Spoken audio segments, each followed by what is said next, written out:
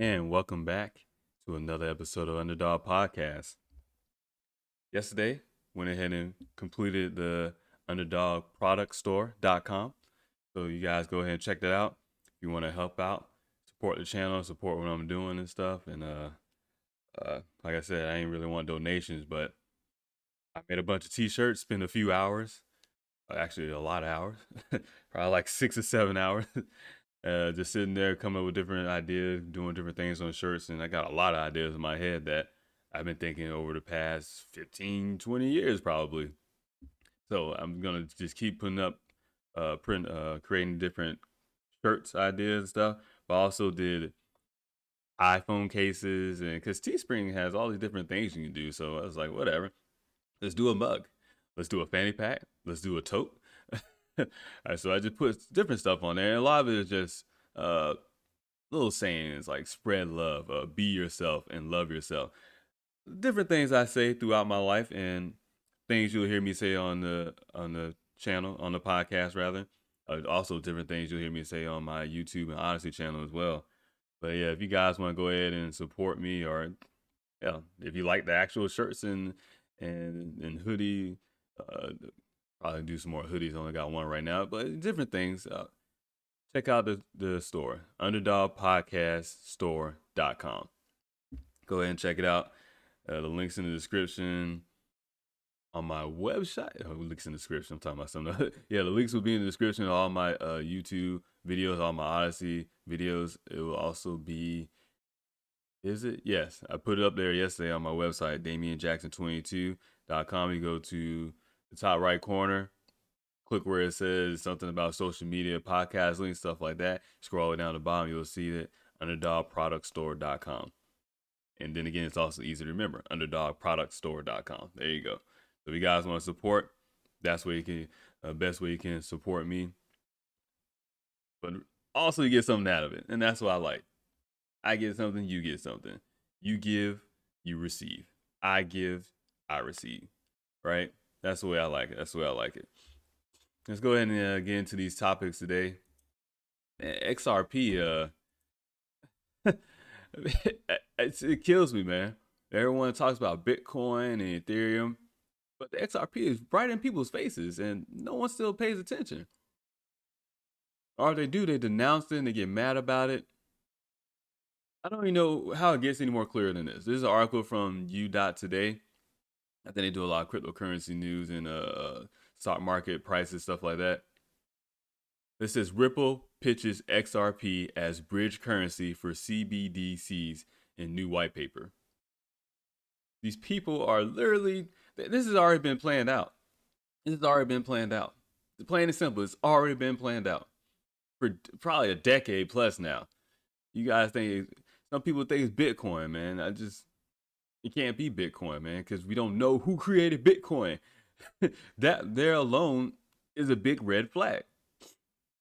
You don't know that. And then once again, the way they control the money and they control a lot of different things, your so-called global elites, the people behind the scenes that are right in front of our face, but we barely know their names. Those people, the reason why they have control, because it's easy to control something when you invent it. You create the system, therefore you control it. It doesn't have to be complete dominant control over it. As long as you can manipulate certain things to affect the influence, as long as you can kind of affect the influence, or influence that outcome, rather, I should say. As long as you can find some way to have an effect or influence the final outcome, or something that goes into your that goes in the direction you wanted to go. That's all that matters. Could be good, could be bad, doesn't matter. As long as it's going in the direction that you wanted to go. These people are creating these systems, thus they're gonna have some ability to have some impact, some influence on it, some effect on it. I told you guys, Ripple, XRP. XRP is a bridge currency. Go ahead and do your own research. Don't take my word for it. You do your own research. Read the shit. And you'll be like, wait a minute. These guys are literally creating a bridge currency in front of our fucking face. All these stories that goes on in the media, a lot of it's distractions, man. They are literally creating these different types of financial systems digital blockchain technology, digital distributed ledger technology, all those different things right in front of our face. CBDC, central bank digital currency, something we talked about on this podcast. That's the thing of the future. Your digital dollar. You're gonna have central bank digital currencies. That's gonna be a thing. Like that's not it's more a question of when, not if. Plain and simple. And it's not even a question of decades from now. It's more or less like, is it happening now? 5 years from now? You know it doesn't matter because all you need is some type of black swan event, which is some type of event that's so catastrophic, it has to force some type of change in the infrastructure. If I'm saying that definition correctly, I think I am. Either way, forget the term. They're gonna create some event to uh, force us into, the Great Reset, which we talked about as well on this podcast. Check out one of the episodes in the past that I did talking about the Great Reset. The Great Reset of everything. Your financial institution, your infrastructures, medical, it doesn't matter. The Great Reset. Because that's what they do. We talk about the new Bretton Woods Agreement. This is what the IMF is talking about. Your International Monetary Fund, your BIS, your Bank of International Settlements. Guess who they talking to? People at Ripple. Like, they're doing all this in front of our face, man. They're doing this in front of our face. Oh my God. And Ripple's gonna write a white paper saying XRP is a bridge currency in the middle of their so-called SEC lawsuit. This shit is a joke, man. It's a movie you're watching. It's a movie. And then watch, when they make a real movie out of this, or the movie that you think is a movie that they put on your TV screen and stuff, they're gonna dictate the history, man. All those mainstream movies and stuff like that, they're just dictating, or they're controlling the narrative of historical so-called facts. I have a hard time trusting anything a mainstream media publication puts out and calls a movie. And if it says based on a true story or a true story, I'm like, nah, I'm good. I kind of take some of it, but I go do my own research because these guys will twist everything up, man. Watch, I'm telling you, they're gonna write a movie about all this. They're gonna write a movie about all this, about these central bank digital currencies, about Ripple, about XRP, about Bitcoin. Not just your little run-of-the-mill documentary on Netflix. They're gonna write an actual movie. It'll probably be from the perspective of someone on Wall Street, and then throwing into perspective of your Wall Street bets, someone like me, your retail investors and stuff. Oh my God, let me stop, because I fuck around and give Hollywood these ideas, man. I swear.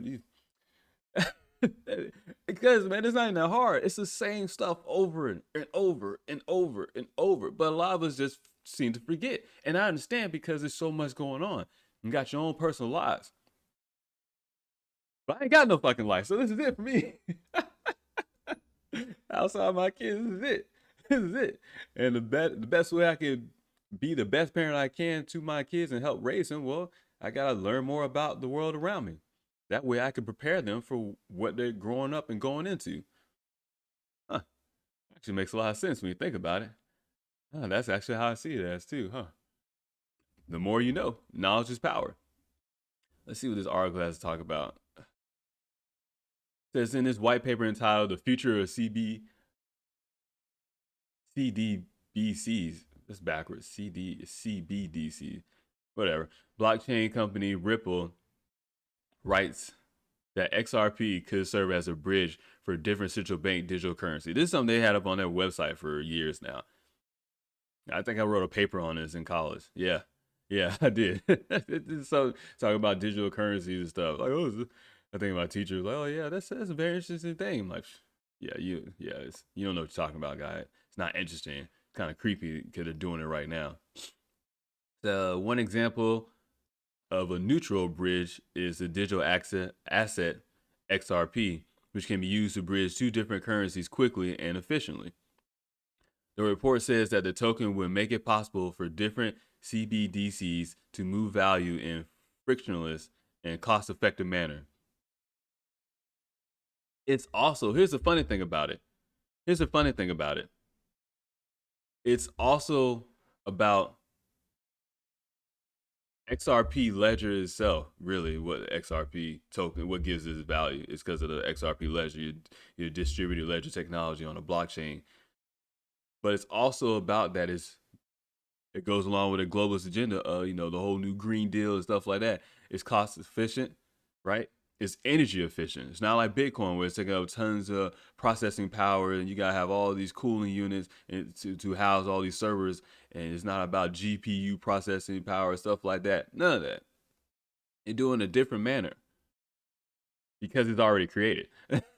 Like there's already 100 billion XRP created, no more, no less. Now, of course, it has a source code that you get from is it GitHub or GateHub, something like that. You can download the source code and you can fork XRP, which they already done under the Flare network, and they call it Spark tokens. So you can do that. You can build upon it, but that's it. You can still build upon it. You create something else, something different. What comes in with XRP is its utility. It actually does something. It actually solves a real world case problem. There goes your value. That's your intrinsic value right there. It's not speculative. It's solving an issue that was created by design, but yet still solving an issue. Remember, it's all about the same formula: problem, reaction, solution. The thing is, though, it doesn't go in that manner. The solution is first, they create the problem. Meanwhile, you and I, the regular people, and everyone else reacts to it. That's how the game goes, man. That's how the game goes. Like, do your history, do your research. Check out history, man. It's the same shit over and over and over and over. And it's brilliant because it keeps working. I can't even, there's times where I'm like, I can't even get mad at these people because fuck it. Why fix it? If it's not broken, it keeps working. The same formula. Get everybody riled up in emotions. You get the populace to do what you want to do because they're all hyped on emotions. Meanwhile, you behind the scenes plotting out everything, pulling the strings, and you go about your life controlling and manipulating huge infrastructures affecting millions of billions of people. It's fucking brilliant because it's so simple. At the same time, it's so devious. Because in order to do it, you gotta be a sneaky person. You gotta be a liar. You gotta be a liar. People have turned lying into the ability to survive. They use lying as a survival mechanism, or more or less as a survival trait. Psychology. Some people want to use brute strength, physicality. Some people are like, nah, I'll use my mind. But also, in the sense of using their mind, they find different ways to lie and manipulate people to do things that they want to. It's very good though, man. I mean, you get respect when respect is due. Like, I get respect to these people.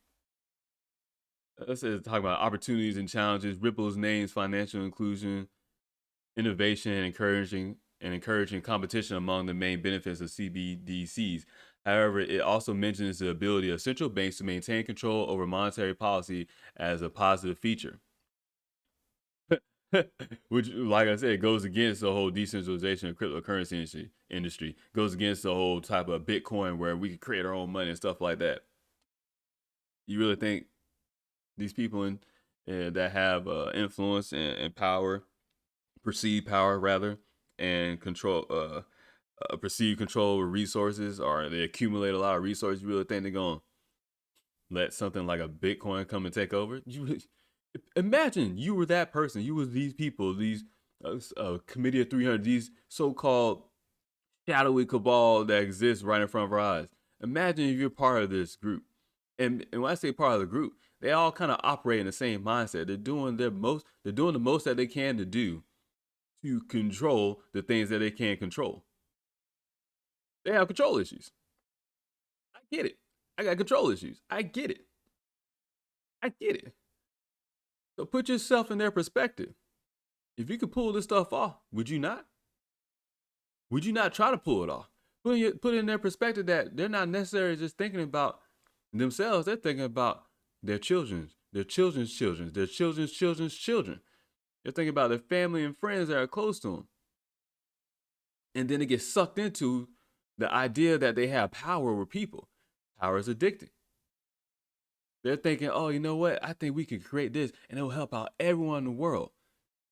guess what? You start smelling your own farts. You start getting a little narcissistic.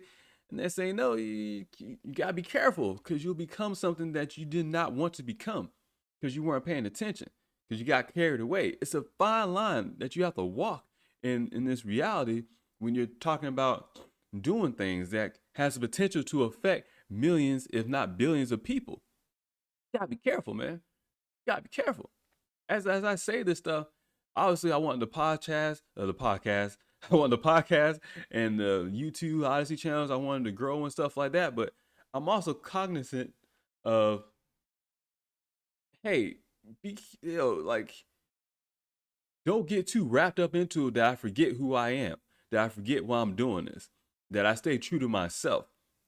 That's why I talk about the whole donation thing. I was like, nah, I'd rather just have a product store. I'd rather have something. You get something in return, because I'm paranoid. I'm paranoid so much to the fact of my own self that I don't trust myself necessarily with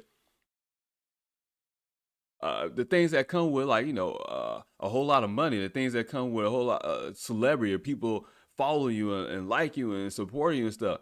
That shit kind of makes me nervous, man. Because I don't know what happens. What happens when I'm no longer that outlier? What happens when I'm no longer that odd person out? Because I see myself as that, but yet, let's be honest, I never really not been kind of popular around like school or around sports basketball teams or at work. I never really been the person that really was, people just like, oh no, we don't hang out and we leave them alone. Nah, people always kind of gravitated towards me. And then I also kind of be like, oh God, I gotta get away from this. I don't know what it is. I don't know what it is. That's just me though. These are intimate moments. I'm sharing my personal thoughts with you guys. As I, go completely off fucking topic like always. All right, so it says, however, it also mentions the ability of central banks to maintain control. Okay, I said that. See how fucking lost I got. It says, when it comes to challenges faced by CBDCs, Ripple writes that it's important to ensure their interoperability. Key words, bro. Interoperability. Bridge currency. They've been saying the same words for like, since I've been paying attention to this since 2018. I know they've been saying those same words probably even before then. But it's been increasing. Level playing field, interoperability, central bank digital currencies, cryptocurrency, digital assets. Notice how to get away from the word digital money. They're redefining money and currency right in front of your face. They're redefining the term because the terms are made up anyways. They don't matter. They only fit the time period in which that they exist. Cash is gone. So those days are gone. Cash is gone, bro. Just go ahead and accept the loss. I know people want to hold on to cash and stuff like that because they want to have that physical thing. It's gone. It's gone. You're better off. Your phone is your money. If you haven't realized that, Apple Pay, Google Pay, Samsung Pay, Amazon Pay, all these payment services, your phone and your cards are your money. That's your money. Ones and zeros. It's funny how ones and zeros transact so easily, but at the same time, it takes the IRS forever to get your stimulus checks to you, even though it's just ones and zeros.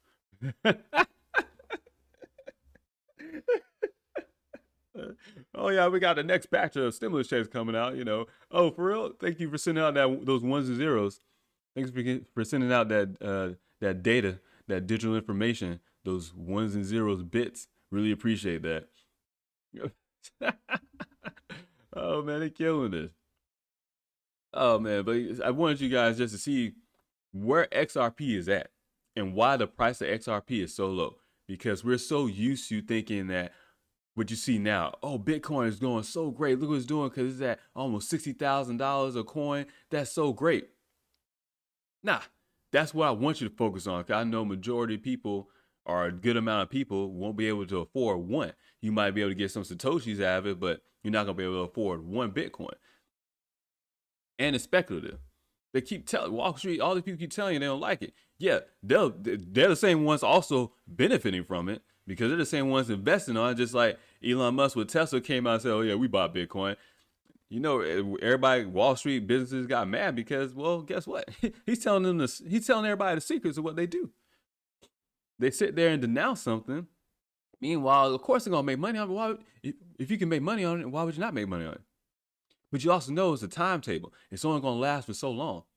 Meanwhile, XRP is on a price increase, almost getting close to 60 cents. Yet no one goes out and buys it. Because I look at it as, what's the cheapest thing I can buy? What's the cheapest shit out there right now? All right, now let me dig into it. Let me see what it's about. If I'd have saw XRP in January 2017, I would have been a millionaire by the end of the year. Because just based off what is designed for, what its use case is for, I mean, it was easy sell for me. Like, oh yeah, you buy this. Because I understand the different situation. I understand trying to send money across. It shouldn't take this much of time to send 3 to 5 business days to send some 1 zeros across the network. These systems are outdated, bro. These systems are outdated. They're long due for an overhaul, but people don't like change. And the only way that you can get a mass amount of people to change is through emotions. Because if I scare you into something, if I make you nervous about something, like, I don't know, a stock market crash, a financial crash, a dollar collapse, guess what? I bring in something else, be like, oh, look, but don't worry. We got something that will help because this company actually has been working on this stuff and it seems like it works and they've been testing it for some while. So we're going to try this. But it seems like it'll work. We're going to go with it. And then it works. And then all of a sudden, Federal Reserve, government, stuff like that, they're treated as heroes. Like, oh, man, yeah, they came and helped out. No. It's all done by design. That's why I'm always iffy about that word hero, because we just throw it around like it's nothing. The word villain, we throw it around like it's nothing, man. Racist is all these different things, homophobic, all these different terms we throw around. Alt-right, Nazis, we throw this shit around like it's nothing.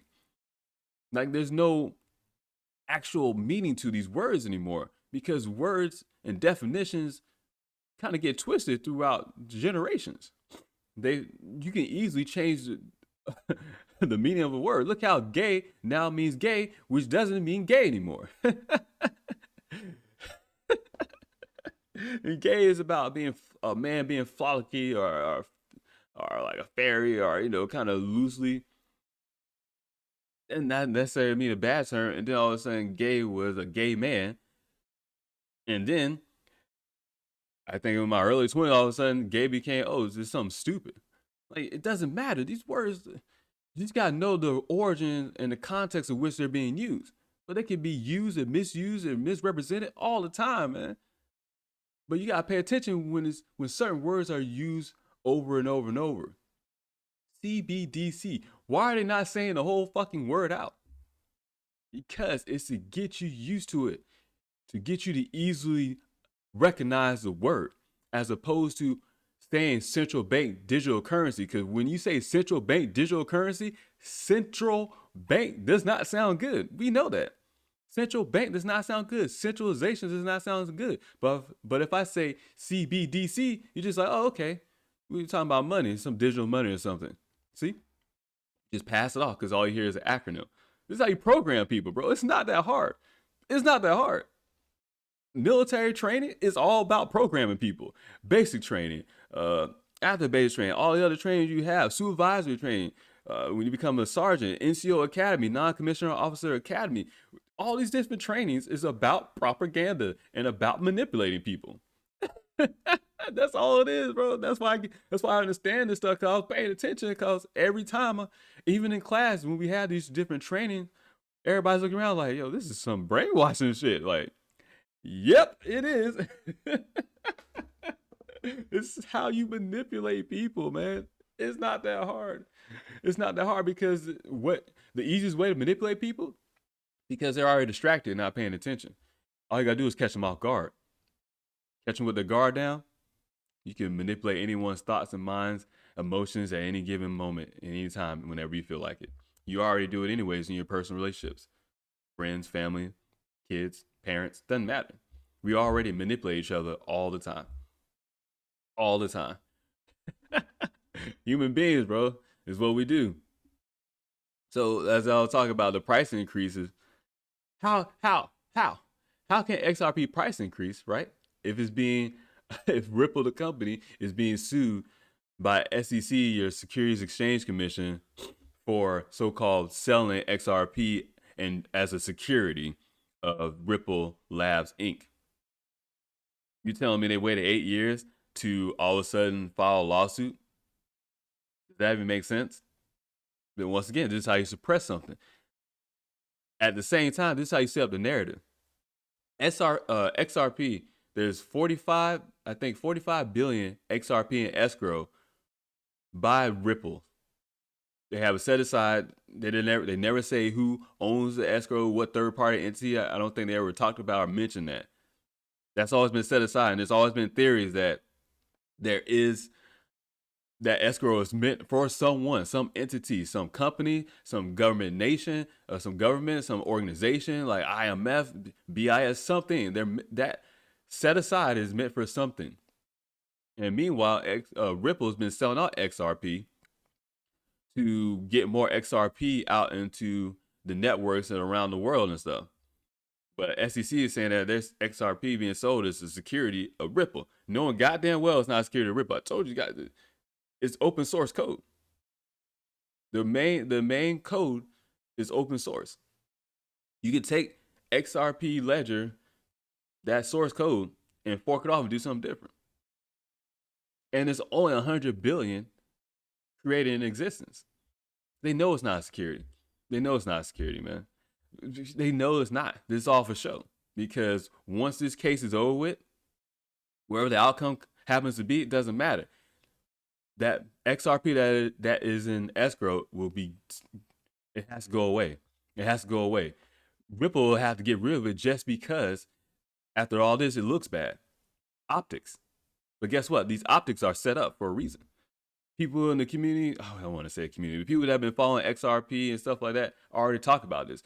Digital asset investors, the guy that actually the first person I started watching about XRP. He does a lot of good deep dives, and a lot of people supply him with information too. And he always gives shout outs to those people who supply him with information. Like, there's tons of people that have been researching and looking into this long before I even got a chance to even know about what this shit is.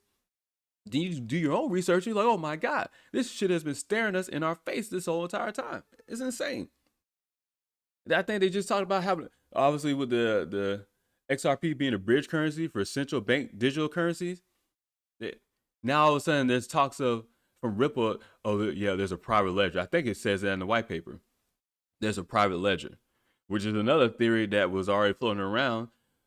Those who were looking into XRP, it was like there has to be a private ledger because there's no way it has all this use case, has all this utility, all this value, and it's only at like 20 cents, 25 cents, 50 cents. This all-time high was $3.70, something like that, $3.60. It's probably too high too, but it was over $3. And that was when Bitcoin first touched 20,000. Now Bitcoin is close to 60,000, yet XRP is still down. Even before this time frame, around November, when Bitcoin, started to go up. XRP still started to go up a little bit, like Ethereum, 1,700. There's coins out there that you have no idea, that you don't know anything about. Yeah, they don't even do that much. Yeah, they cost more, or their price value is more than XRP. You don't think these markets are controlled? You don't think these markets are manipulated? You don't think that if someone actually tries to say the real thing, they will get, they won't get looked at by government entities, people that can come in and affect their business? There's tons of like a fiatleak.com as far as their market listings of prices and stuff. There's so many times where there's been so-called glitches where XRP price all of a sudden hits 1,000 something. Like, okay, how many times is it a glitch that is supposed to be a coincidence that XRP price is 1,000 something a coin? What is it when Uphold Inc. on their Twitter page, they put out there saying XRP, what would you do if you woke up and saw XRP being worth $1,000 a coin? Okay, you're telling me this $1 billion, I want to say $1 billion, multi-million-dollar company that's all about cryptocurrency, digital assets, tokenization, gold, silver, precious metals, stuff like that. You think they're just gonna tweet out that, oh, what would you do if XRP was if you woke up and XRP was $1,000 a coin? Come on, man. The writing's on the wall, right? It's in your face. Nobody's paying attention. So this article here from InvestorPlace.com, it says Ripple News XRP surges on hopes of exchange relistings. Okay, it says XRP is seeing its price increase on Monday following an update. And this article is from yesterday, March 22nd. On Monday, following an update for the ongoing lawsuit against it from the United States Securities and Exchange Commission. The SEC lawsuit against Ripple Labs was responsible for a drop in the price of the cryptocurrency. It dropped like 40 cents, which it hasn't even been its lowest. I mean, I was buying at 20 cents last year, 25 cents.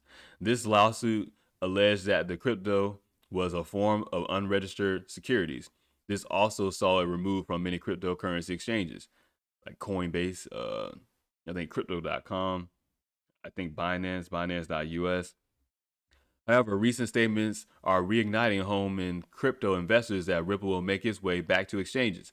This comes after Ripple Labs attorney Jeremy Hogan revealed that a statement from magistrate judge Sarah Netburn indicates that XRP investors outside of Ripple Labs aren't trading illegal securities. That right there. So all the retail investors, institutional investors, they won't be penalized for trading XRP. It only falls on Ripple Labs. That's why you're seeing the price increase right now. This shit is on a bubble. They can only suppress XRP for so long. When you look up XRP, you'll constantly hear people talking about, oh, it's gonna move. Well, because it's been so compact and compressed together like a spring, like it's just been waiting to explode. Because we know the price is being suppressed. We know it is, man. But don't worry. I just keep adding to the bag. Hopefully you don't have to spend it. I had to dip into some of it, which kind of sucks, but hey, you get enough, you'll be all right, bro. I'm just saying. It says, so what does that mean for investors in XRP? To put it simply, those comments suggest that cryptocurrency exchanges can start listing XRP tokens again without worry of legal action from the SEC. Suggests nothing. That's exactly what the fuck it says. That's exactly what it says. That in turn is why XRP is up today, as investors believe exchanges will allow the crypto back. Why would you not? If you know people are going to make money, or people are waiting to purchase XRP, and they've been waiting all these months, ever since December, I believe, January timeframe, when a lot of the major exchanges start delisting XRP, which means they take it off their exchange where you can't buy or trade or sell or anything like that. So they've been doing this, right? They've been doing this. If they re-enlisted military, if they relist on these exchanges, what do you think is going to happen? XRP should, oh man, the value of XRP, I don't even know what the actual value is. As far as this intrinsic value, I think it's Crypto Granny. I think she's on Twitter. She has a YouTube channel. I think she did a whole breakdown a couple years ago where it was talking about the value of the intrinsic value of XRP is really like $300 something. Different things been put out too, saying that the intrinsic value of XRP is way much higher than what it's going for. That's done by design. Hell, if anything, say that the XRP is high in value, and out of all this, they say, you know what, people can have it.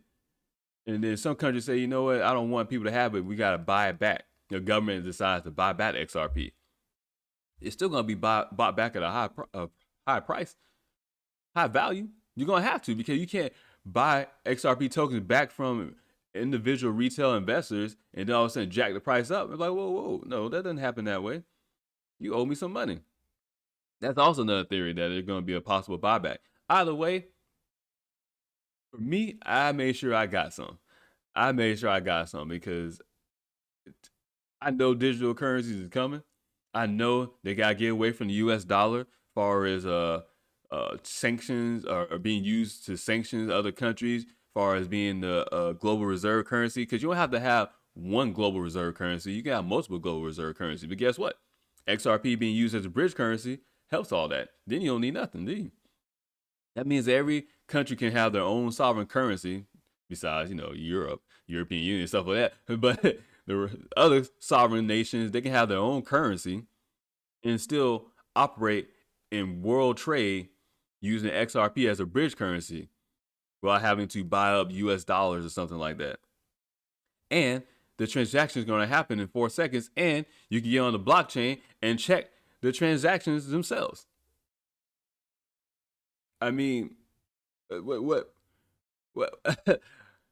It's like a no-brainer, right? I mean, I can go on and on and on about this, but you guys got to sit down and do your own research because there's a lot to it. And don't be intimidated by, oh, I don't know what they're talking about. Then take the time to learn it. Just find someone, find a video, do something. Find a way to figure it out for yourself and put it in simplistic terms. Because sometimes the jargon can be confusing. But it's just you don't understand how these tech geeks speak. That's all. That's all. I know, as I say, digital ledger technology, or distributed ledger technology, rather. It sounds all different, confusing. Don't worry about it. Don't worry about it. Just look up the words. It's really not that complicated. Yeah, it says that in turn, XRP. This is why XRP is up today, as investors believe exchanges will allow the crypto back. It says, here's a quote from Hogan about the judge's comment. It says, that means that the exchanges that delisted XRP 2 months ago were not and would not be violating securities laws if they relisted XRP for sale and began to sell it again. XRP is up 15.9% as of Monday, and it's still up 160.6% since the start of the year, despite the lawsuit news. The lawsuit just to deter you. That's it. That's it. 160.6% increase. Your dollars in your bank account does not get that type of price increase, does not get that type of value of increase. In fact, it's probably going completely in the opposite direction that you wanted to go. Your savings account, your annual percentage rating, or whatever, your interest rates on your savings account, you think they have that type of increase? These type of percentages? These type of numbers? No. Yet they tell us to what? Put your money in your bank account. Put your money in your savings account. Savings account is really for emergency expenses. If you want your money to grow, you gotta play the game. Investments. You gotta play the game. Put it in assets, digital assets. Put it into something that will increase in value over time. That's what you do. That's the game that's being played. That's the game they don't teach you in school. They don't teach you that. Why not? Probably because they don't want everybody rich. Because if everybody's rich, then is anyone rich? Can't have billions of dollars if you got other people with millions upon millions of dollars. But hey, that's a game. That's how it's being played. There's a game being played that you didn't realize was being played. Until you try to play the game, then you see the shit that they're doing and you're like, oh, okay, I get it now. Let's play their game. There's an article here from Bloomberg.com. Man, all these, and that's crazy too, because Bloomberg, Forbes, Wall Street Journal. I use up apparently all my free articles, which I didn't realize was a free articles thing. How you gonna pay to read news articles, man? Like, they got tons of fucking advertisements, and they still want you to pay. Like these multi-million-dollar, billion-dollar companies, and they still want you to pay. Why they gotta hide their information behind paywalls? I'm trying to make money. I'm trying to know what they know, but I gotta have a paywall for it. I get it though. To each their own. Don't worry. I'll find the information out one way or another. Whether I gotta read a few paragraphs from your little preview and then go on to another article, read those paragraphs from another preview and piece it together, I will find some way to get this information. Okay, so it says Federal Reserve's digital dollar push worries Wall Street Journal. Now this article is once again from yesterday, March 22nd. XRP bridge currency for central bank digital currencies. XRP price goes up during SEC lawsuit. Federal Reserve pushes the digital dollar, worries Wall Street. But don't worry, you probably was paying attention to celebrities and stuff like that. Maybe you're watching March Madness. Maybe you're paying attention to what we're going to talk about in the next topic, the Boulder, Colorado shooting. Maybe you're still caught up on racism or anti-Asian racism, wherever the hell, from last week's shooting in the spa. Maybe you're focused on that. Meanwhile, these people are fucking around with money, messing with people's lives, messing with the economy and stuff. Should be front page news, but it's not front page news. And that lets you know exactly what goes on in the world. Because when you're talking about digital dollar, when you're talking about stuff, you're kind of talking about more of an analytical side, more of a logical, critical thinking side, less about emotions. Because you got to get your emotions out of it instead of, oh man, I want to have paper money. Whoa, whoa, whoa. You're looking and reading and thinking, okay, they're pushing this hard. I clearly can't, I have no control over it. That's the hardest thing to accept, that you don't really have control over a lot of things, but you have control over your life for the most part. Actually, you always do, really. So you got to think to yourself, you know what?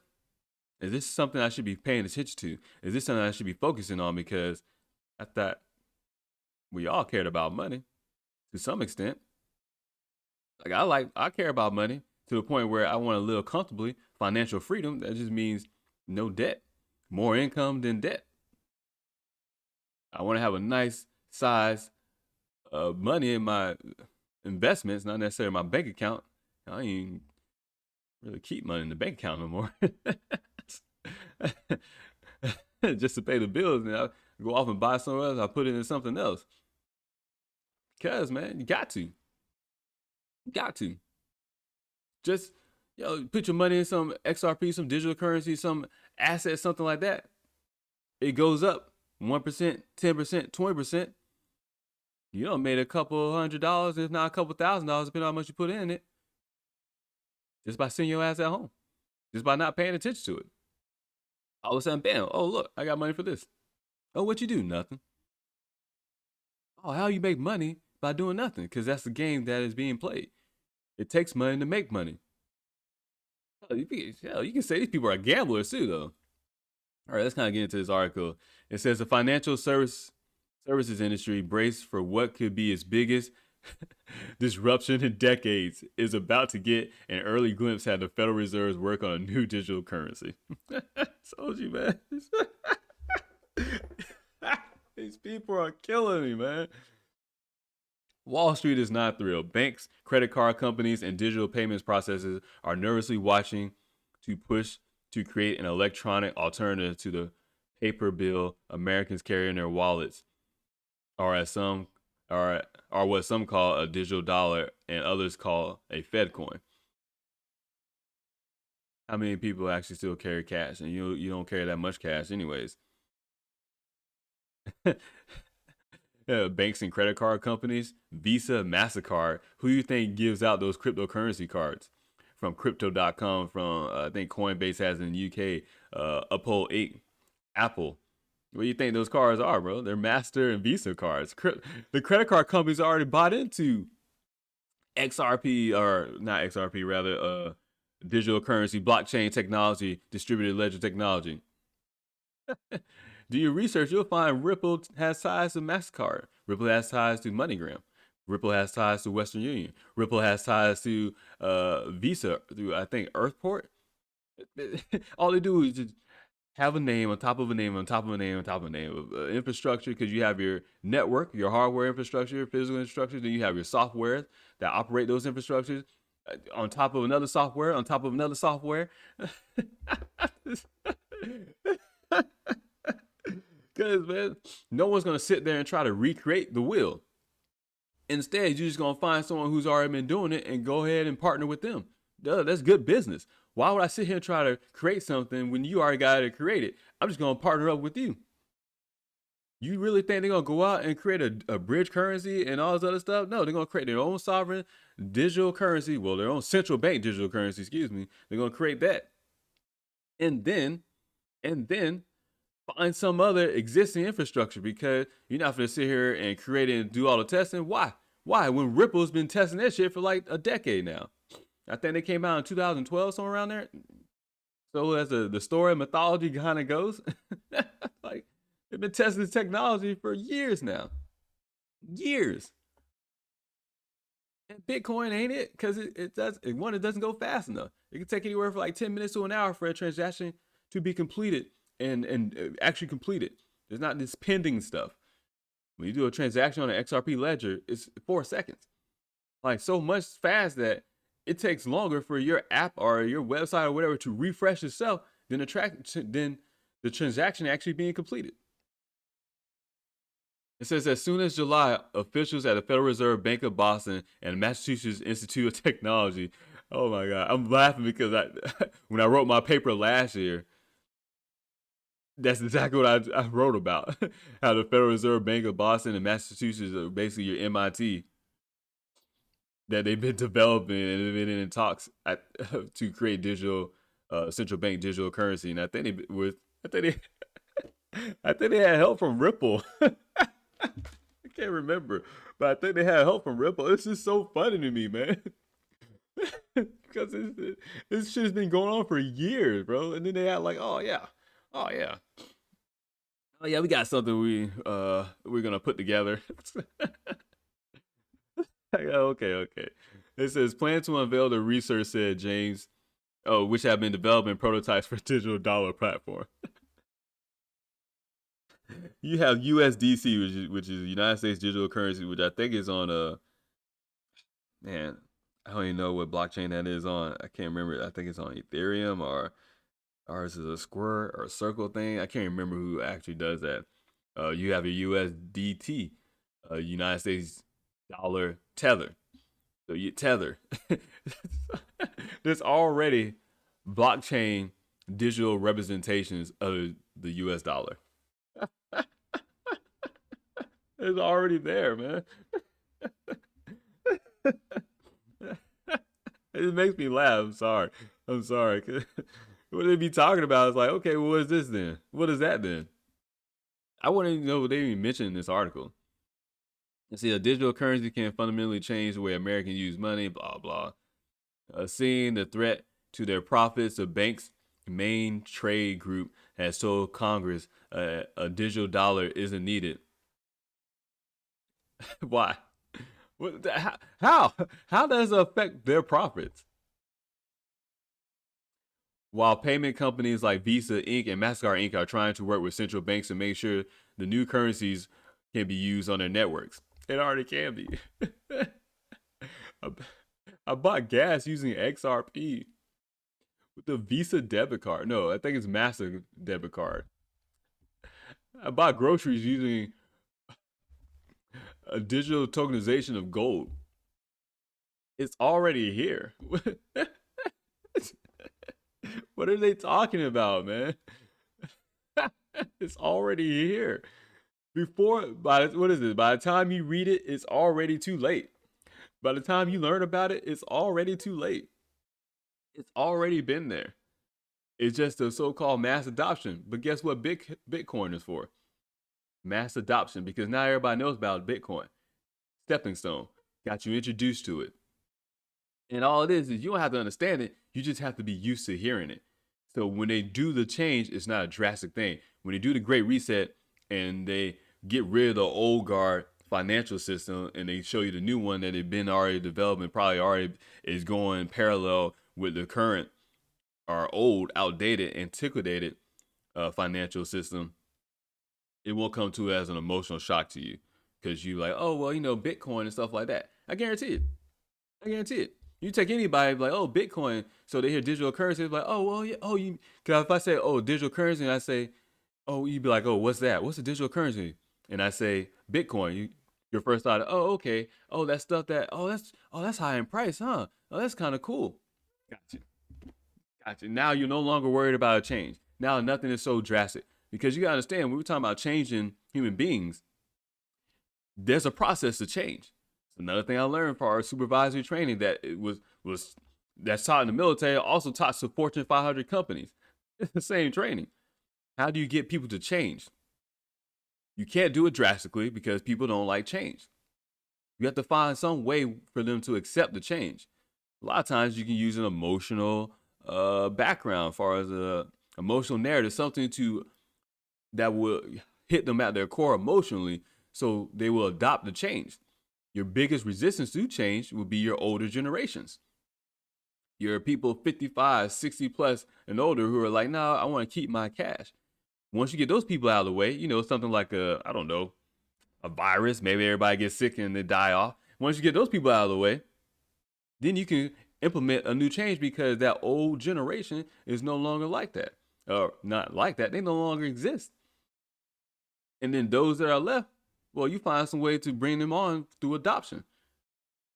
Maybe you tell them they can have ETFs or stuff like that where they can put their retirements into a cryptocurrency, a digital asset, and they'll get more money than having in their bank account within their traditional Roth IRAs, stuff like that. See how easy it is to plan this shit out, man?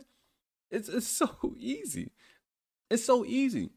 Because when you're thinking of things that you want to do on a global scale, in order to do those things, you got to kind of disconnect yourself from humanity.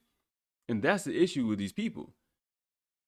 Because we like to call them villains or evil and stuff, but really they just kind of lack a connection to all of humanity. They're too busy focusing on what they can accomplish, and they kind of forget that, hey, you're fucking with people's lives. And some of them probably just fucked up people, but whatever. Let's see. It says everyone is afraid that you could disrupt all the incumbent players with a whole new form of payment. Yeah, I'm sure. Lawmakers, U.S. Treasury Department officials, and the Fed haven't yet approved the rollout of the U.S. virtual currency, even though they slipped it into the CARES Act this time last year. And then people kind of caught wind on it, and then they took it out. They literally put in the digital dollar. The digital dollar was supposed to be in place by the end of December 31st, 2021. Or 2020, excuse me. So by January 1st, 2021, all banks should have a digital wallet set up for all of its customers. The post office is going to help with digital wallets as well. This was literally in the CARES Act that went out last year, your COVID-19 Bill Act relief package, whatever. This was in one of the drafts. Then they took it out. The thing is, though, how do we not know they didn't sneak it in somewhere else? Something like, I don't know, your NDAA.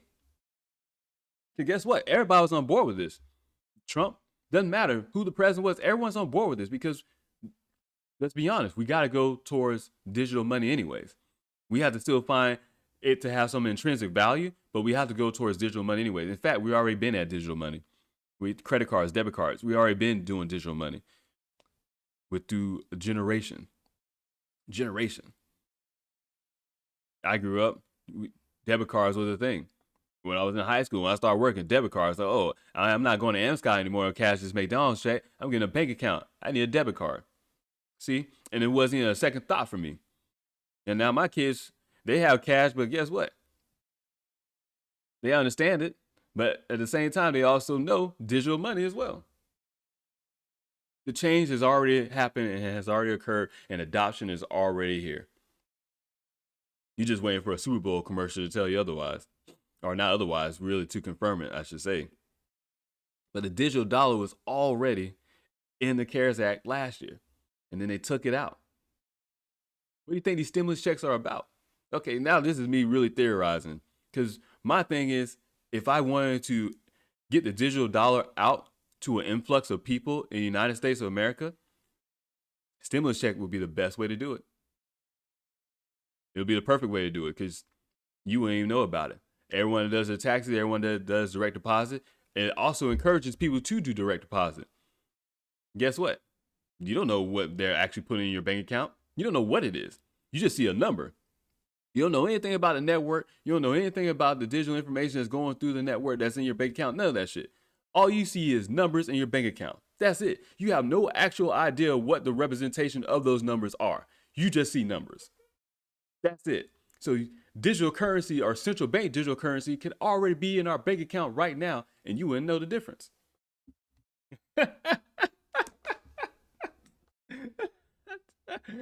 Oh, man, you think you know shit, but we don't know shit, bro.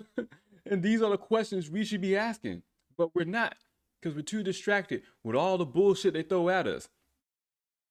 What we're talking about is humanity here as a total species.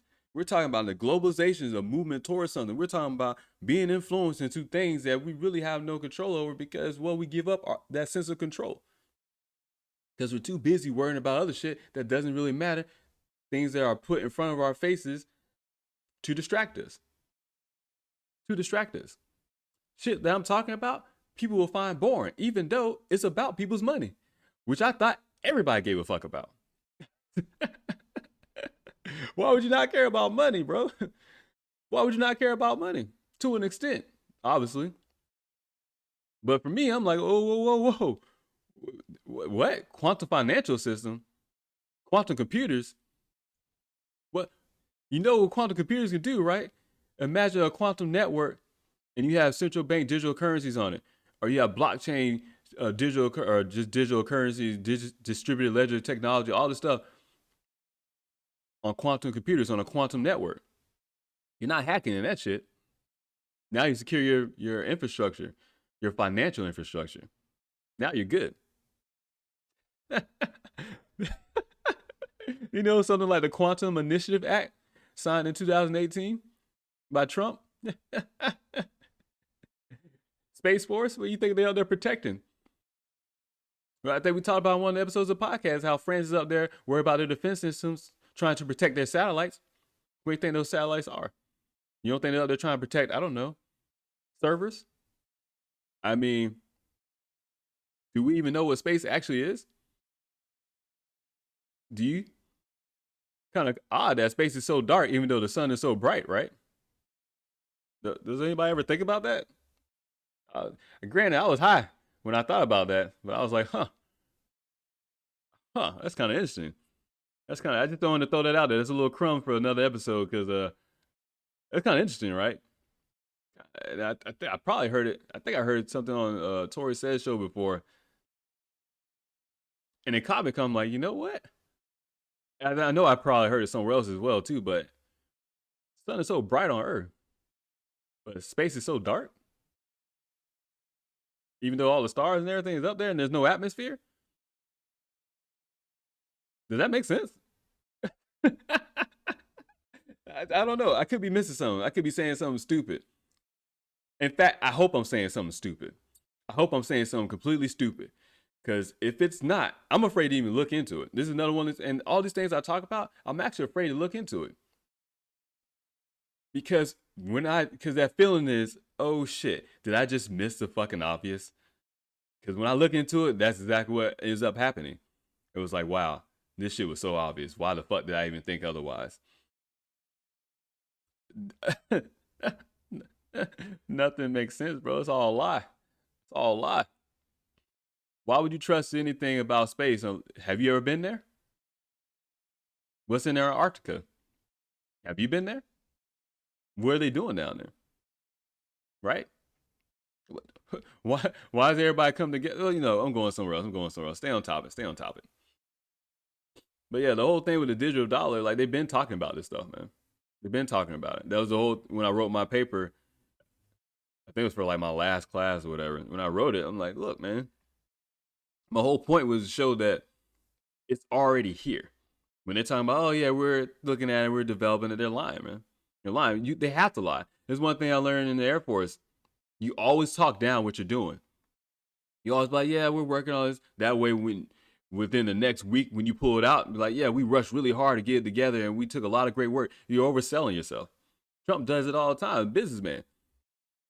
You talk down what you're doing. And it's like, oh, you know, I think we should be able to get we should be able to get it out in time and this and that. And then, oh, look how we got out in record time. It was already in development.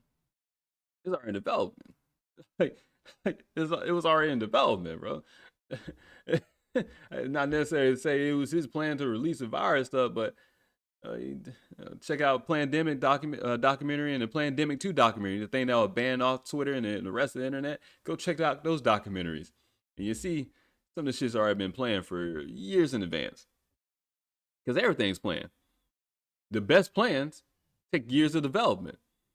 You just find out when it's time to find out about it. Let's see, is the Fed haven't yet approved the rollout of a US virtual currency, which could still be which could still be years away. It's years away, even though, like I said, they put it in the CARES Act in one of the drafts and they took it out. But don't worry, it's years away. Nor have they decided how a digital dollar will interact with the existing global payments network. XRP, bridge currency. XRP ledger. Oh my god, man. Okay. Still, the U.S. and other countries seem committed enough to digitizing their currencies that it's making financial industry executives nervous. Let's see. As an issue, how long is this article? Okay. Oh, they actually go into some. Is it the same thing they're talking about? Brown is urging the Fed to move quickly. Okay, it's the same thing they're talking about. I'm not gonna read it all, but I'll definitely put the link up when I upload the video version of the podcast. At issue are forms of digital cash being considered by the U.S. and other governments. The growing popularity of Bitcoin, told you, Ethereum, and other cryptocurrencies. They won't ever say XRP. That's another thing too. They won't ever say it. It's like this unspoken word that they don't ever talk about. Even though XRP or Ripple rather has discussions and talks with the IMF, with the BIS, World Bank, Christine Lagarde with the European Central Bank. She talks about it. So you're telling me all these huge financial institutions, these organizations, these government-backed entities talk about XRP or have Ripple around. People from Ripple, CEO from Ripple, Brad Garlinghouse, they talk about it. And we all know they all got a bunch of NDAs, non-disclosure agreements, so they're not even telling us the actual truth. And you could tell that they all tiptoe around everything. But this article won't even mention XRP. Just Bitcoin, Ethereum, and other cryptocurrencies. That other is XRP. Hell, you can throw in Stellar XLM for that matter too, maybe. It says whose market value has grown to more than 1 trillion, inspired the project. See, they're using Bitcoin as the stepping stone. Like, oh yeah, because of Bitcoin, now we can see. They're lying, bro. Because that's exactly what I would do. That's the plan I would have, to keep you off the scent of what I'm actually doing, so I can develop what I want to do with no peering eyes, with no questions, with no press release, with none of that shit. I can work in peace. Meanwhile, I keep you distracted. What do you do to kids? When you want to do something, what do parents do? What do people do? They give them a toy. They turn on the TV. They do something to keep them distracted while they go off and do something else. And that's okay when you're talking about parenting. But when we're talking about money that's going to affect billions of lives, that's kind of an issue, bro. Like, I want to be in the talk. What you guys doing, bro? What you developing, huh? What's going on? Why we can't know whole every step of the way? Because they don't want you to know. It says, unlike those private created tokens, the new currencies would be issued by central banks as an alternative to paper bills. Cash wouldn't go away, but its use would likely decline. Every private entity can determine, especially in the United States, or in the United States that I know of, can determine what they want to take as currency and stuff. Guess what happened last year, too? People stopped accepting cash in some places. Why? COVID-19. See how COVID-19 is just a perfect excuse for everything. COVID-19 is a perfect excuse to have a great reset. Plain and simple. That's why it happened. That's why it happened. It's an excuse for a great reset. That's why they push so hard about it. That's why they put it in our face all the time, every day, because we're distracted by that. Meanwhile, infrastructures around the world are changing all at once by design. They were all outdated anyways, because they create these systems and they know these systems only last for so long. Like I said, when you create something, you know how long it's going to last, and you know how much of an impact, influence you have on that infrastructure, on that system that you created. It says using the currencies could be as simple as holding up the screen on a mobile phone to be scanned. You mean something I do all the time? Hell, I do it with my goddamn watch. It's already here. Behind the scenes, the digital cash will move from one account to another. Oh, you mean the same thing that happens already? You use Venmo, right? You use Cash App. People use Cash App, and you can buy Bitcoin on Cash App. PayPal, you can buy Bitcoin. PayPal, hell, you don't need a bank. You can literally use Robinhood and PayPal as your bank. And I'm sure there's other uh, companies such as that nature that do the same thing. Banks are outdated. Banks are outdated. As far as your regular credit unions, in a sense, I'm sure they'll find some way to stay modernized. But I mean, really, your phone, digital wallets, encrypted wallets. So we were talking about digital currency. We're talking about blockchain stuff like that. Guess what? Encryptions. So you need to have some type of encryption. So you need to have an encrypted wallet. That's why you need a digital wallet. And now you're gonna have to need a digital wallet for a US dollar, for a digital dollar, because that needs to be encrypted. Because it's digital transactions going across the internet. Oh my God, I just seen a big ass semi truck do a U-turn in a small ass 2-lane road that goes in between two neighborhoods. I never seen no shit like that in my life. I just happened to look out my back window and see that. Oh my God. I guess when I move, I have a different view. Oh my God, that was wild. Skill though, because I can't believe that semi truck actually pulled that shit off. That's some skill though. But if that bitch would have tipped over, I'd have laughed my ass off. And I'm not going to help. That's so mean. That's so messed up. He'd be all right though. See, using the cryptocurrencies or using the currency behind the scenes, blah blah. So this is similar how most money already works. Oh my God, who writes these articles, bro? I need to start writing these articles because they're not even trying. The digital cash would move from, okay, I already read that. The majority of US dollars are just digital entries in bank accounts. But the new currency will potentially avoid the go-between of a commercial bank or a credit card network because it will be on a blockchain, a distributed ledger technology blockchain. For vendors, settlement would happen almost immediately, XRP, 4 seconds, without having to wait for money or worry about fraud.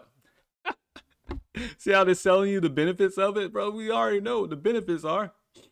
The U.S. effort got an extra push last month when Treasury Secretary Janet Yellen said such a project could help Americans who don't have access to the banking system, which is what Ripple talks about as far as XRP, being able to bank the unbanked.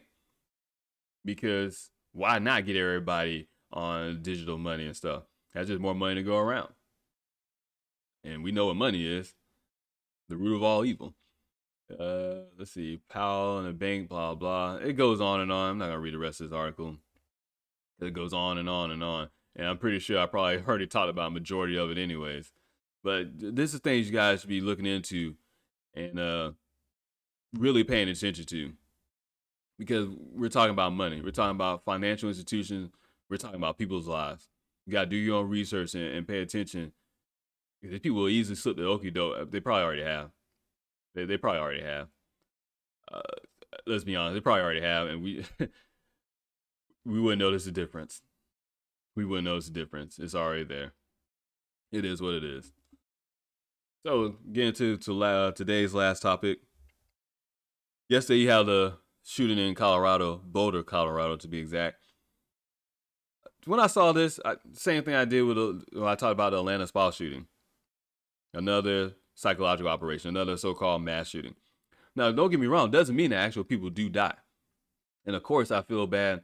Of course, I empathize and I have sympathy for the people that lost their lives and their family members. That goes without question. I don't get why people feel like they have to say that. Right?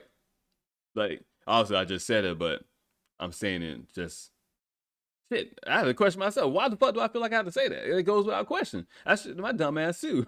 I shouldn't have to feel like I have to say that. It goes without question. It's almost like I threw that out as a disclaimer because I know I'm about to say something that might sound fucked up to people, because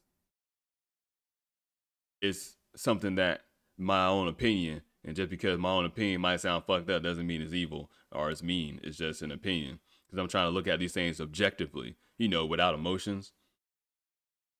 I'm trying to do that, but I can still be emotional about the situation. Let's see. says 10 dead in shooting at a grocery store. At a grocery store. You know where they hit to? It's always school, sporting events, banks. It hits movie theaters. It's always gets you at places where everyone is different to the point where it makes you feel like you're not safe anywhere you go. Like, man, because your first thought is like, damn, I can't go to the grocery store no more while worrying about someone shooting me.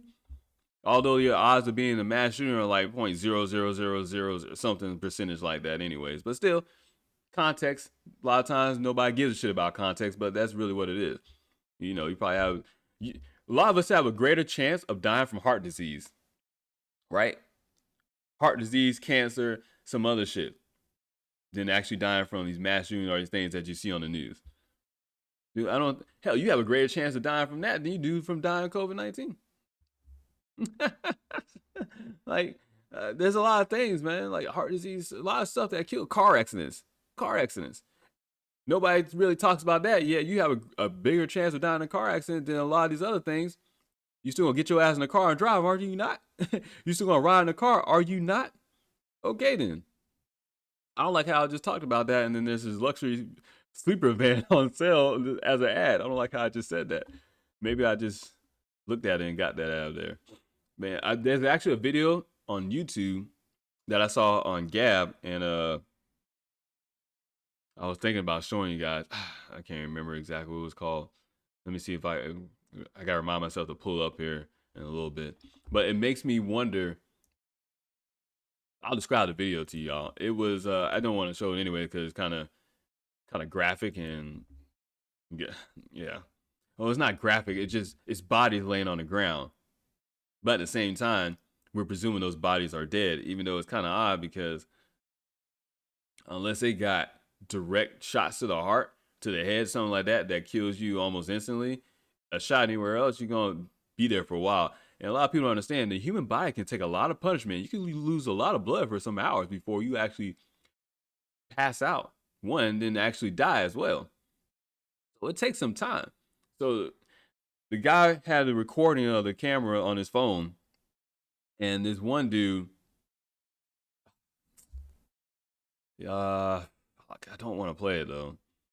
I know with YouTube and stuff like that, because going to YouTube to watch it and play and stuff, they were already talking about this is a graphic nature. Yet you don't see I didn't see anybody get shot, and I only watched like 5 minutes of it because I had to stop watching because it was annoying. So the guy was at the entry, the sliding door, opened up, and he talks to this other guy, and he says, "Oh man, this is shooting going on and stuff." But the guy he's talking to just standing there chilling, like it's just another day, like he's on his phone and stuff, whatever. He's just chilling and hanging out, and the guy's like, "Oh man, where's the shooter at?" And the guy's like, "Oh yeah, he's right around the corner in there." And as he moves the phone to show, you see a person laying there and stuff too, on the ground. My first thought is, where's the blood at on the floor? Because if they're already dead and they should have bled out. Also, you can have internal bleedings, of course, things like that. But it sucks because you have to look at these things objectively because some of the stuff doesn't make sense. Some of the stuff doesn't make sense, man. The positioning of the car, like the car, one of the cars was in the middle of the road, and then the person's body was outside the car, which I'm like, I don't understand that either because did you get shot in the car or did you stop the car right as you're about to turn into closer into the store where like you kind of pull up onto the store, like you turn in from one of the parking lanes or one of the parking alleys or whatever, the road, street, whatever you want to call it. And you see the car just stop right there, and then a person is laying out there outside the car. And then another car looked like it pulled up right up to the entrance on the sidewalk and just stopped right there, and then there's a body there too. So my first thought is, well, this is kind of odd. This doesn't look like people are running for their lives or escaping because it's been going the other way. Why is it like, now I'm like, well, did somebody get shot in the car? But I didn't see like the window shot out. You see where I'm going with this? There's a lot of questions. Here's the thing though. If I'm a crime scene investigator, if I'm an investigator of some nature looking into this crime, this murder, you will have to ask these questions. These are legitimate questions. I mean, that's really how my mind works anyways. It's analytical. It's logical. I had to think these things through. I had to ask these questions because that's the shit I like to do. That's the shit I like to do.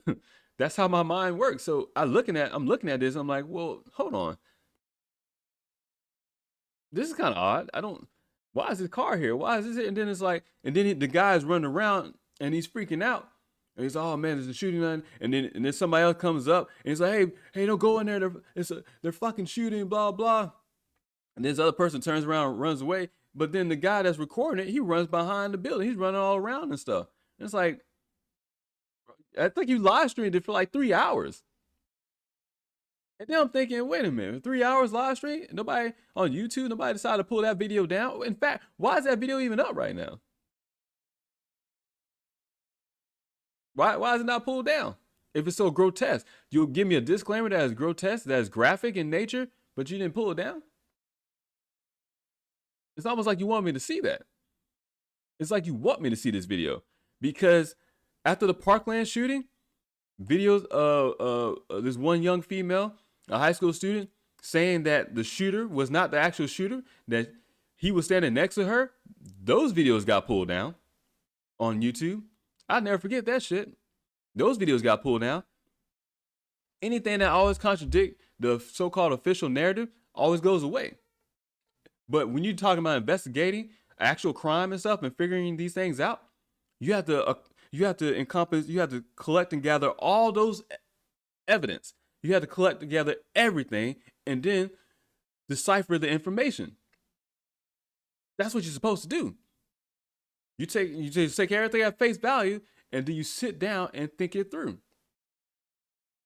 Yet, when things get taken off the internet, it kind of made me wonder. And seeing that this video is left on the internet and it has 300-something thousand views and stuff like that from a person with like 5,000 subscribers, this kind of makes me a little iffy. That's all I'm saying, bro. That's all I'm saying. It's also a little suspicious how we just had a killing, a mass shooting, so-called mass shooting last week in Atlanta. And even last week when I did the episode, I was like, hey, we're going to talk a little bit more about this. And especially as the next week goes on and there's more details, oh, next thing you know, there's another fucking shooting. Has anybody been paying attention that all of a sudden the so-called Biden Kamala Harris administration is back in the White House or whatever, or supposed to be there, illegitimate president, and all of a sudden these mass shootings are going to happen again? That doesn't bother anybody? That doesn't make anyone question anything. That's not to say that I don't think any mass shootings happened while Trump was in office, right? Because I think Parkland happened while he was in office. Shit. I'm sure some have, but you get what I'm saying with this, because we talked about before with Agenda 2030. I said that these, as far as a global push towards communism, United States is off schedule. Probably because of Trump was in office, because of that opposing opposition, which I thought was going to be a controlled opposition, but it seemed like it wasn't necessarily a controlled opposition. But he wasn't opposition anyways. That's the best opponent that you need anyways, a true opponent. But not just him, but, obviously the representation of America first, free market, stuff like that. Not communism. And all of a sudden, what gets me is that this shit is escalating.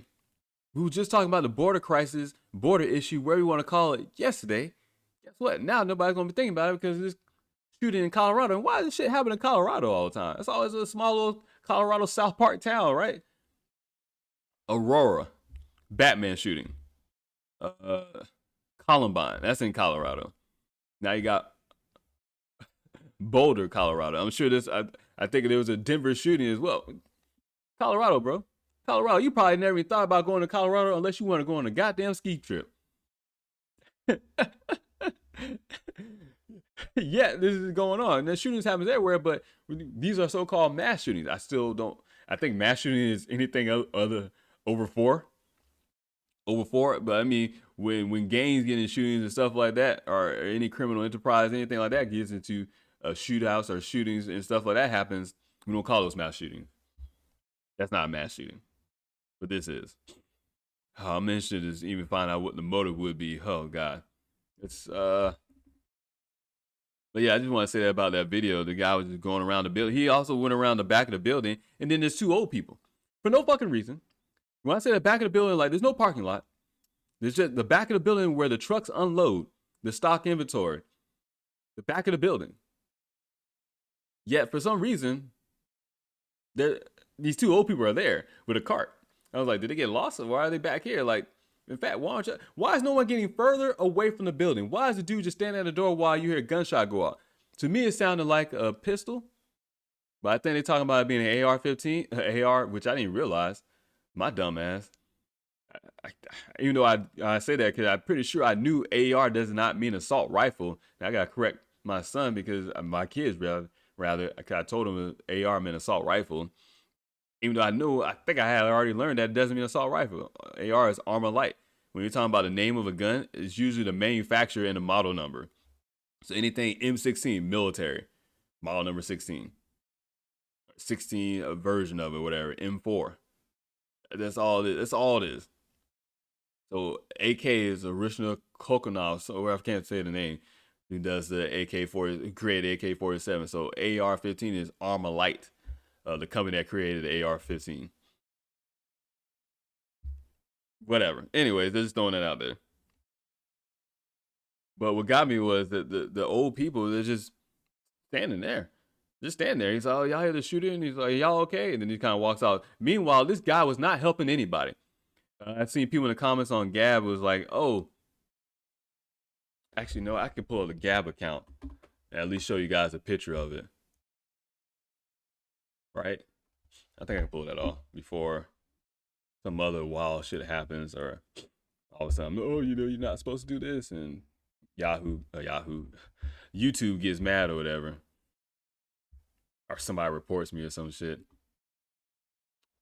Come on, man. I thought I was already logged in.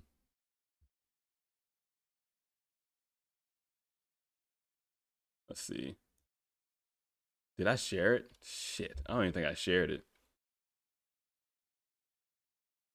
Okay, here it is. Is this image right here? So this guy is just casually standing there. There's literally an active shooter going on. To the right behind this guy is a body laid out on the ground. And I think people are still walking around the store. And this guy's like, oh, he's just on his phone. Like, yeah, there's a shooting going on, but whatever. that's what kills me because it's like, okay, no one's gonna say anything. No one's gonna do anything, huh? Nobody's gonna run for their life. I don't know about you, but if I hear a gunshot, bro, I'm getting the fuck out of there, guy. Like, you understand? I'm hitting Sonic level speed, right?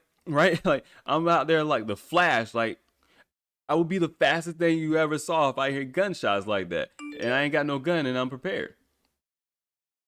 I never thought that I would have to worry about computer notification sound noise. And it just happened. Now I gotta correct that. And that's just a text message. Because text messages don't pop up while I'm on. Oh, okay, whatever. Anyways, my iMessages rather. But yeah, I'm getting out of there, bro. You hear a gunshot. Put yourself in that position. You hear a gunshot and you're in the middle of a grocery store. What are you doing? You saying, fuck these groceries, bro. I'm out this bitch. You got kids with you. You picking up your kids. If not, you pushing them. You dragging them along. You getting the fuck up out of there. You're not gonna stand here like this, right? You're not standing here casual like this. This man, then the man holding the phone recording and saying it was an active shooter, and the guy's like, oh yeah, the shooter went around the corner. Get out. What that screams to me is what I would see when we're doing exercises in the military. We were doing simulations and stuff because nobody really takes your shit seriously, and you're supposed to because that's the only way you're gonna be able to get real practice out of it. And that's the vibes I got as I was watching this, and that's disturbing because I shouldn't get no type of feeling like that as I'm watching that, man. And see, that right alone already got me questioning shit. Why is that? Doesn't make me a bad person. Doesn't make me denounce these things and say that nobody didn't die. No, what I'm saying is, seems kind of staged, man. Seems kind of staged. And it sucks that people died, that lost their lives. Although it doesn't happen all the time. Sandy Hook was kind of suspicious because, some of those kids got pictured again. What they have, crisis actors? If you don't think crisis actors is a real thing, look up crisis actors. Look, fuck it. Fuck it, fuck it, fuck it. I'm gonna look it up myself. Crisis actor is a trained actor, role player, volunteer, or other person engaged in the portrayal of a disaster victim during emergency drills to train first responders such as police, firefighters, or EMS personnel. That's on Wikipedia. And you got NBC News how the fake crisis actors conspiracy took off. How is that a conspiracy theory? Why you have crisis actors?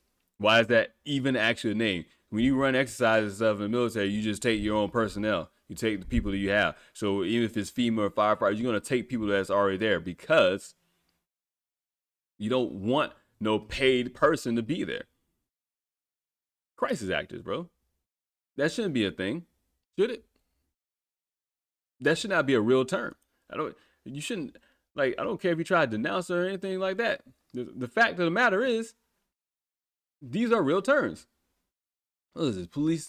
Police1.com. Crisis actors are used in active shooter exercises and other types of mass casualty training, ranging from small scale local drills to larger exercises in urban shield. That doesn't bother anybody. That this is from August 14, 2020. Doesn't bother anybody. Police1.com. I'm trying to see if it's considered right leaning. I try to stay away from it because that's all people will say. Oh, well, that's an alt right thing, even though alt right doesn't mean alt right at all. But whatever, it doesn't matter. The term alt right is just thrown around. Another one of those terms. Let's see.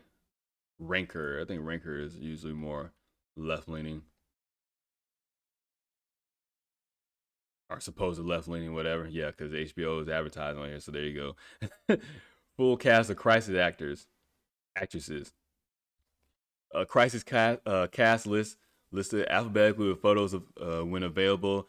This list of crisis actors includes any crisis actresses and all other actors from the film. Is this talking about a film? A regular movie?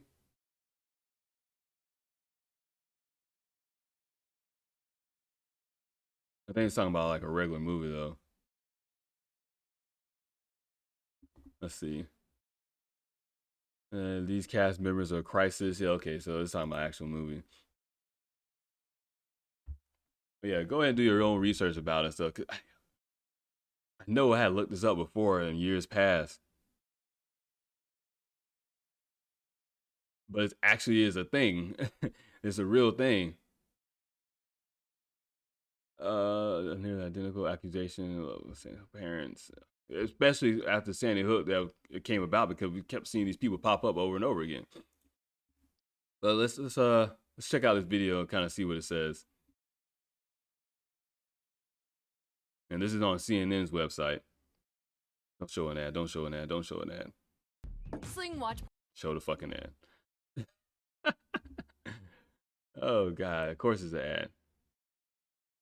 Because they're already selling enough ad revenue all over the place that they have to show another ad as I watch a video. Like they're already not getting enough money. Then again, they probably not getting enough money. That's why they're showing the ads. Let's be honest. They probably aren't getting the same revenue that they used to because the news is so goddamn fake. Nobody trusts this stuff. But I like to point out their fakeness in their videos. It makes me laugh. And I just nearly got killed for getting a soda. It says 10 people are dead, including officer, police after shooting open fire at a supermarket in Boulder, Colorado. This is the Boulder Police Department. The entire building is surrounded. I need you to surrender now. Wait a minute. Can I pause it? So, you got SWAT out there. You got everybody armed up and stuff. Kevlar helmets, vests, and stuff like that.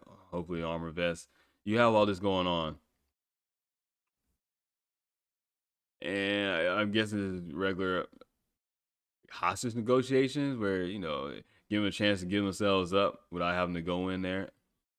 But it's a grocery store. I understand that. It's not like there's a million different ways to get in there. It's not like you can't see the person through the window. I mean, if you have a sniper or something. I'm just questioning. I'm just throwing out questions, man. Like I said, I'm just looking at it as objectively as possible, and not just sitting here taking what they say for as gospel. Just use my own brain. It seems like a lot of people for one person too. Just be honest. And actually don't look like no sense of urgency as it is standing there. A witness described being in the store when the shooting began. At first, I heard like a loud bang, so Andrew I kind of Hummel. thought like a shelf fell over or something like that. But then immediately when I heard multiple gunshots, I knew that it was something more than that. I didn't see a shooter. I just saw terrified faces running towards me, and So no that's shooter. when I turned and ran in the other direction. And I So immediately he just said he didn't see a shooter. He just seen terrified faces running towards him. That's when he turned and ran. But he didn't say anything about hearing gunshots. Nope.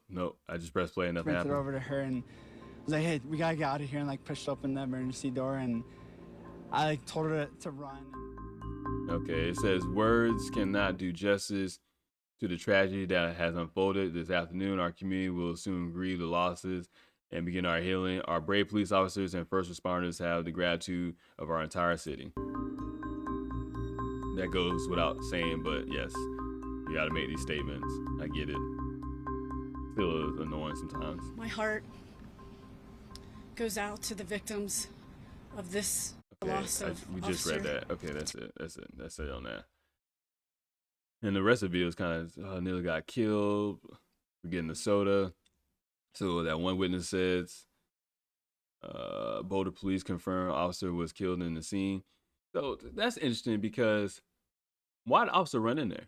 If SWAT wouldn't run in there and they completely can overpower that individual, and they spoke as one individual, but the officer went in there by himself. Once again, these are just objective questions that some people are afraid to ask because they don't want to be labeled as being hateful or anything. But shit, I ain't got to prove nothing to nobody. I know I'm not. But it's interesting, right? Because why did this person run in there? But then SWAT comes up and they're like, we're going to hold back and stay outside. But they have all the equipment necessary to take one active shooter down. Trust me. Obviously, they don't want to go. The hostages, innocent lives are at risk as well. So that's the thing on their minds. But just be honest with yourself, man. Be honest with yourself. Can you sit here and read all this and see all this and actually have no questions at all about any of it? And I'm not talking about the motive or anything, but just as I was describing it, and once you do your own research, if you take this as gospel, I don't believe that, bro. You can't take this shit as gospel and not question some of this. You got to question some of this, the timing of it all, right? The things that's going on in the border, things that's going on in finances, COVID-19, all this other stuff, right? Bam, back-to-back active shooters week after week. Fear. Notice that the fear is dying off from COVID-19, and then all of a sudden, more fear. Remember what we talked about a couple weeks ago as well? That they're coming for our guns, right? That they're coming to take guns. They want gun reform laws. And all of a sudden we have 2 mass shootings back to back. 1 week, then the next week. And the gun reform law talk is right in front of our face yet again. These things aren't politicized. These things were designed to be politicized. Right? It's not that they're look, man, I don't care what no one says. Like, it's too iffy, man. It's too iffy and it's too recurring over and over again to not make me question it, because it's just like the same thing over and over. And I don't take the whole narrative of, this person's just crazy. When you're saying somebody's just crazy, when you're saying someone is just racist, someone just hateful, it's dismissive of what is actually going on. No one does anything just for one reason. We all do things for multiple reasons. Majority of the reason is you do it because you can, because you choose to. But you always have a bunch of reasons why you do it. I play basketball. Why? Because I like basketball. because I like being active and moving around, because I like playing sports and being competitive, because I don't like all the other sports like football or something where I'm constantly being touched. I don't like physical contact. 4 different reasons that I'm naming why I like playing basketball. It's never just one thing to say because I like it. Well, why do you like it? See how you can constantly break it down? This is something I always do with my kids. Like, well, explain to me exactly what you're thinking. And it's like, I don't know. It's like, no, don't give me that I don't know shit. Break it down. Say what's on your mind. Candor, be honest, be open about your thoughts. Explain to me what's actually going on. That way, how can I understand a problem if I don't know as much as I can about it? So you can't just say, oh, he's a sex addict. Oh, he was racist. You can't. Those things are dismissive. It does not get at the actual core root of the problem. You're just throwing out different lines, and then that's why you can't solve racism. That's why you can't solve all these addictions and stuff like that, because you're not actually attacking the core root of the problem, which would be one own individual insecurities and other things going on, the upbringing, so many other factors involved. But in order to do that, you got to look at the individual person and not place them in a category. So every time these things happen, we start generalizing stuff. Oh, it's a white person. Fuck it. You're thinking the same thing I'm thinking, because we're all thinking it because we know what's going to be. You know the dude's going to be white, right? And it's fucked up. It's fucked up because it's stupid. It's stupid because it makes you think that only white people commit crimes like this. What is it? Let's go. Okay, you know what we're going to do? We're going to play a guessing game. We're going to play a guessing game. I got a white male, 25, 26. Trying to make sure I don't think I've seen this anywhere yet. No. 25, 26, white male. We'll go like 5'9", 170 pounds. Let's see. Not the loner thing. I don't think he'll do a loner thing. He will have some type of mental health problems. I don't want to say addiction. What haven't they tackled in a while? Video games? Gaming? I don't think they tackled that in a while. Maybe throw that out there. Let's see. What else have they tackled? You know what? We're gonna throw some LGBTQ stuff out there. I wouldn't put that past them as far as the narrative goes. Obviously, we're gonna talk about weapons, AR, pistol. Doesn't matter. They're gonna talk about that. He's gonna be a legal gun owner. That's gonna be out there. He's gonna be a legal gun owner. So he's gonna not have any illegal activity, anything at all before this. It's just gonna be this one illegal thing that he's gonna do. Probably not gonna have any friends. Oh no, I take that back. He probably will have friends, but he will have distanced himself from those friends for a while. No, right? Like, I could be labeled as the domestic terrorist. They could pull a psychological operation and say I was a killer or something, and everybody would take it as gospel because they're like, well, he hasn't talked to us in a while. My friends be like, oh, we haven't heard from him that much. He doesn't talk to us anymore. I mean, he's always been alone, but he's really more alone than, he's been talking about conspiracies and stuff like that. I don't know what he got into. It's easy to paint someone as something when you don't take the time to actually know who this person is. It's that simple. Man. And they got a suspect in custody. Guess what? He's gonna be white. So there you go. Race. Black people be like, oh, if he was black, they would have shot him on sight. Nah, bro. If I'm gonna do a psychological operation and it works out well, damn near, I need to make sure the shooter is alive so I can debrief him. MK Ultra, I gotta make sure, hey, the test subject, I need to sit down and debrief him and go over what happened and see all the things I can do better next time. Like any other experiment. Like I said, man, I don't care if you call me crazy or you think this is wild and crazy, because this shit happens all the time. And it's happening in front of our face. And I think a lot of people are starting to pay attention, because the recurrence of this and the same repeated narrative over and over is like, the odds of this happening are already super, super small. But the motive behind the odds of this happening by the individuals who do these things, it's kind of the same thing over and over. But if the odds of this happening is small, then that means the motive should be really random, in the sense of there is no pattern that we can conceive out of. That's what randomness is. An inconceivable pattern that you don't, pattern that you don't notice. So it says the suspect is in custody. Boulder Police Chief Morris Harold said, but authorities did not share any information on his identity, the type of weapon used, or any possible motive. Why not? Why not? If you have him in custody, let us know. I get it's an active investigation, but I mean, you can kind of give us some details. So they won't let us know, but you know who the Atlanta, who did Atlanta shootings within the 8 hours, something like that. I get it. Different police districts, precincts rather. So I understand that, but something. The massacre at the King Soopers. That's King Soopers is the name of the grocery store. That's a fucking weird name. All right. In Boulder, come less than a week after shootings after 3 spas, blah, blah.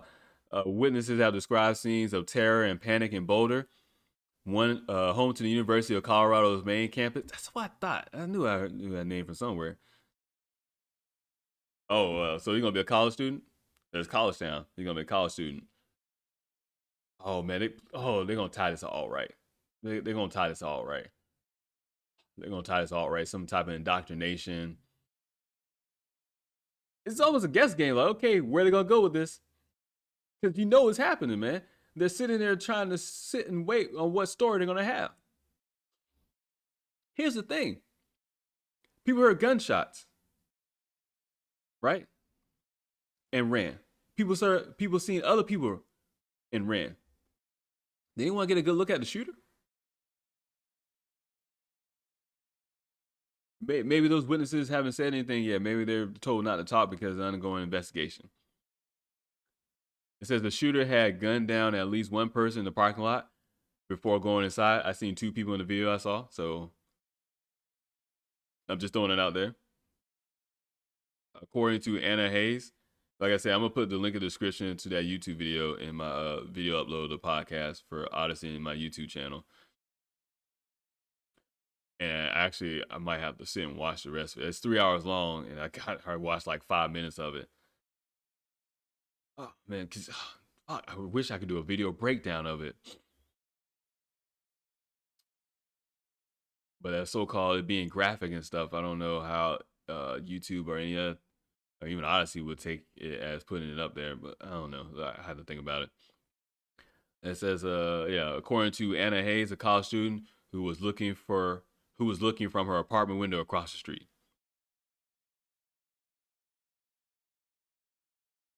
What? What? Did she hear the gunshot inside the store from across the street? Like, what made her look out the window? Okay, maybe they explain in this article. Maybe I should shut the fuck up and read first.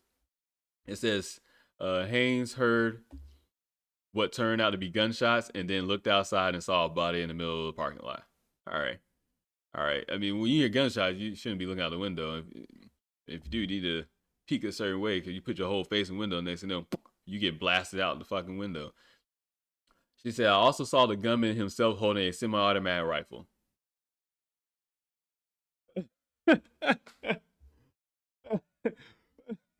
What? What? This is a direct quote. It says, I also saw the gunman himself holding a semi-automatic rifle. Haynes, editor-in-chief of the University of Colorado's CU Independent. So, a person in charge of the college paper, I'm assuming. Click on this link. I'm assuming it's a person in charge of the Colorado CU Independent, CU Colorado University Boulder Student News. So yeah, so someone in charge of the student newspaper just so happens to live across the street from this shooting. Check that off as one improbable coincidence that took place. And her sight was so good that she saw a dead body, even though I told you guys there's 2 in the parking lot, so I don't know which dead body she saw, where she was looking at. Then, or one in the parking lot, one in the entrance. Then it says, I also saw a gunman himself. So she got a good enough look at the gunman that she could see that it was a male. So right off the bat, male. We knew it was a male. We knew it was a male. It's never a goddamn female. We knew it was a male. God forbid it's a female. That would throw a whole narrative off. Hell, DC snipers, when they were black, that threw everybody off. And a semi-automatic rifle. So from that distance, she could tell right off the bat it was a semi-automatic rifle. I could get a rifle, but the fact that it's a semi-automatic, how would you know that unless you hear it firing semi-automatically? What if it's a 3-round burst? Hell, what if it could have been a fully automatic rifle? Just semi-automatic rifle, right? Then it says on his way to the entrance, had turned around and was shooting rapid fire at one particular target. Semi-automatic rifle, rapid fire. There is no rapid fire if you have a semi-automatic rifle. Semi-auto means one. You can only go as fast as your finger goes, so it's still just semi. It's still just I don't know if I guess it's her direct quote. So she's saying that's a rapid fire, whatever. And was shooting rapid fire at one particular target. So once again, anybody in these mass shootings, they never have aim. Clearly, they just go about and go shoot everybody. They never have aim. One particular target. And then he turned around. He entered the building through the handicap entrance. Okay.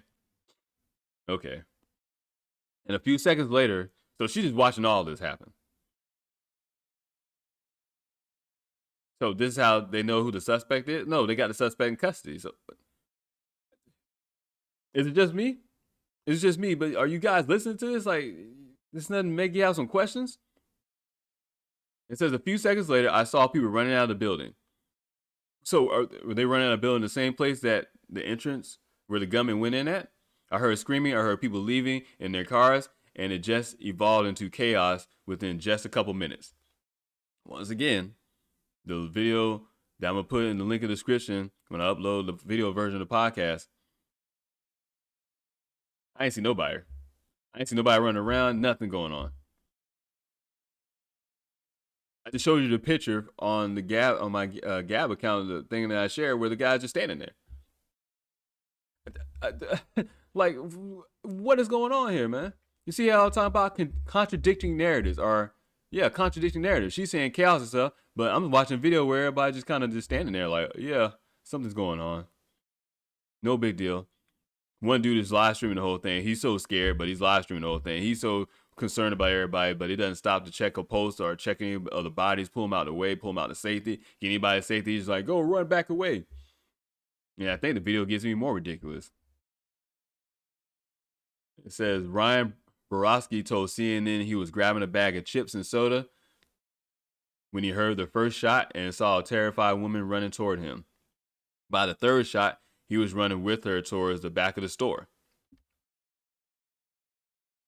Oh, you heard the first shot and a woman running towards you. That didn't make you run. But by the third shot, you was running towards the back of the store with her. Okay. I mean, if she was fast, she should have left your ass, but whatever. They and others gathered with employees in the back. So was the entrance blocked off? Are there no other emergency exits? Is there no emergency exit out the back way where the employees are at? It says, I saw a lot of very wide eyes. The employees in the back of the house didn't know what was going on, so we told them that there was a shooter. And he told us where the exit was. The slain officer, 51-year-old Eric Talley, was one of the first to respond to the scene, according to Harold. Talley had joined the Boulder Police Force in 2010. So he joined in his 40s? He must have been prior military or something. He was, by all accounts, one of the outstanding officers by the Boulder Police Department, and his life was cut far too short. Officials did not disclose the identity of any of the other victims, saying they needed to first notify family members. Okay, that's always out of respect. And shit. I was like, damn, have I been to Boulder before? I've been to Denver. I drove down on Tuesday. Damn, have I been there? Nah. I never went that way. Whatever. Anyways, CNN affiliate KMGH's helicopter recorded police leading several people away from the store, including a shirtless man being taken from the supermarket.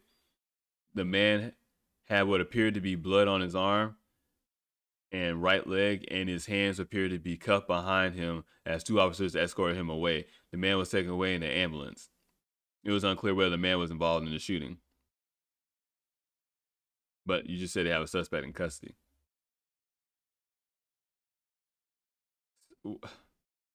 Why he got no shirt on, bro? Okay. Then it says what authorities say happened. I like how they put that on there. What authorities say happened. So this is your official narrative. Boulder police tweeted about 2:49 p.m., 4:49 p.m. Eastern Standard Time that there was an active shooter at the King Super on Table Mesa. Avoid the area. In scanner traffic, officers radio that they were in a gunfight. But I thought only one officer was on the scene. They continued to report that they were being fired at with multiple rounds through at least 3:21 p.m. But then we just seen the video where the SWAT was talking about, please come out, please surrender, and then they got into a gunfight. Ambulance and multiple law enforcement agencies arrived at the store, which is part of a large shopping center. Okay. So multiple law enforcement agencies. So this is your SWAT, right? This is your task force, your emergency response, whatever. The ones with all the full gear on, as opposed to your regular patrol officer who just have a armored vest on.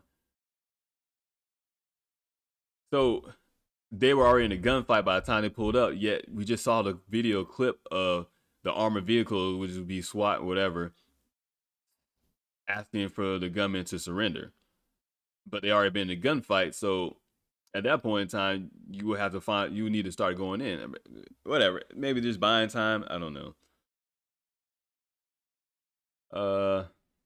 I mean, I'm going off the basic military stuff I know about actually about active shooters. I've had to. If you're in the military, you do active shooter exercises all the time and stuff. So, you know the response, you know what's going on. When also you're in the military, you know, shit. Well, depending on where you at. I think even while I was deployed, we had active shooters. I'm not gonna lie to you, I didn't pay that shit no attention. I got a weapon on me. Come around shooting me, gonna see what happened. Go get this M9. Okay, I shouldn't say that. Whatever.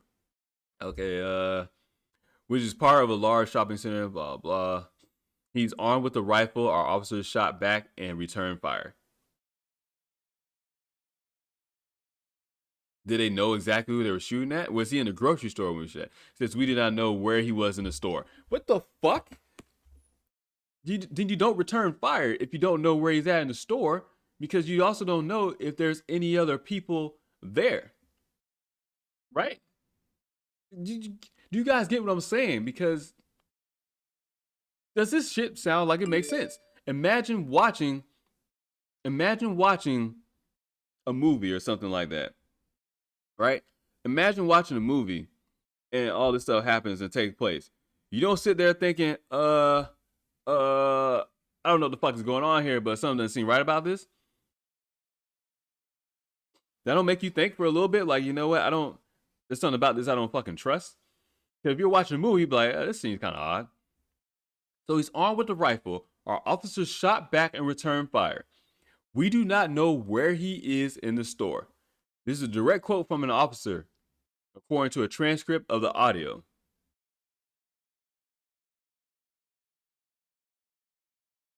Does that sound like standard police tactics? They train for these scenarios. Does that sound like you just fire blindly into a store where you don't know, into an open area where you don't know where he's at? Understand this. Bullets ricochet. So even as no civilians are directly around this active shooter, this suspected shooter, know that there's those bullets can ricochet and there's other people in the store hiding out and you don't know what might happen. First and foremost, you never fire your weapon unless you know exactly what you're looking at. We're not talking about we're in the jungle in Vietnam War and we're blindly firing. You're not supposed to do that because you can easily have friendly fire as well. And if one officer already ran into the store, then you definitely wouldn't fire blindly into the store because one of your guys is already in there. So you got to be cautious too. This is what I'm talking about. These are objective, logical questions that people are afraid to tackle because of emotions. But it doesn't mean you can't can't sympathize with this. But I'm sorry, man. If shit doesn't make sense, shit doesn't make sense. There's nothing I can do about it. I'm just trying to figure out what's going on here. Because how can you solve this solution, or how can you prevent this from happening again if you don't really understand the problem in itself, what happened, what took place? Why would you fire into a store when we do not know where he is in the store, and supposedly the officer already ran into the building, right? Or maybe he didn't. This timeline is even iffy right now. I'm still kind of thrown off. Okay, maybe I'm jumping ahead. Maybe please tell me I'm just jumping ahead. Please tell me I'm just jumping ahead and I'm just completely fucking wrong. Like, you understand, I hope that I'm completely wrong about all this. Because it freaks me out because all I keep having is more and more questions because shit doesn't add up. It says one senior law enforcement source told CNN the weapon used in the shooting was an AR-15 style rifle, which we already knew anyways. I think I already talked about. Stephen McCaw said his son-in-law and two granddaughters were there when a gunman attacked. His son-in-law, Paul, was the third in line for COVID-19 vaccine, and his 7th and 8th grade granddaughters were on the phone with their grandmother. I don't, what the hell does it have to do with anything? How did they throw COVID-19 vaccine into this? It's kind of pointless, ain't it? I mean, everybody's in there for something. It's a grocery store. It says on the other end of the phone, their grandmother heard at least 8 shots ring out. We're hearing a lot of miscounted shots, bro, because like this dude just had a lot of ammo, apparently. Well, I guess you're going to do a mass shooting, you would have a lot of ammo, too, huh? It says a woman at the front of the line was shot. McCall told CNN's Don Lemon. Oh, my God. This dude, Don Lemon. Oh. Okay. Paul grabbed the girls and hurried them upstairs to take cover in coat closet above the pharmacy. So is the gunman at the goddamn entrance blocking the way? I understand your fight or flight. Obviously, if you're fleeing, your goal is to get outside the building as fast as possible. I know they put it in movies where people go upstairs or people hide somewhere and stuff like that. In reality, you're not going to hide somewhere. You're going to fucking leave the building altogether because you're not going to be thinking. Adrenaline's going to be pumping and you're going to be fucking running the fastest you ever felt in your life. Or you kind of get that where you just stand there and you're just kind of in shock and you're just like, you don't know what's going on. Oh man, okay, the girls they're in a closet hiding. It says the intensity, the awfulness is going to last for the rest of their lives with PTSD. At one point, police were seen moving on the roof. McCall told CNN affiliate KCNC that his relatives were evacuated via the roof.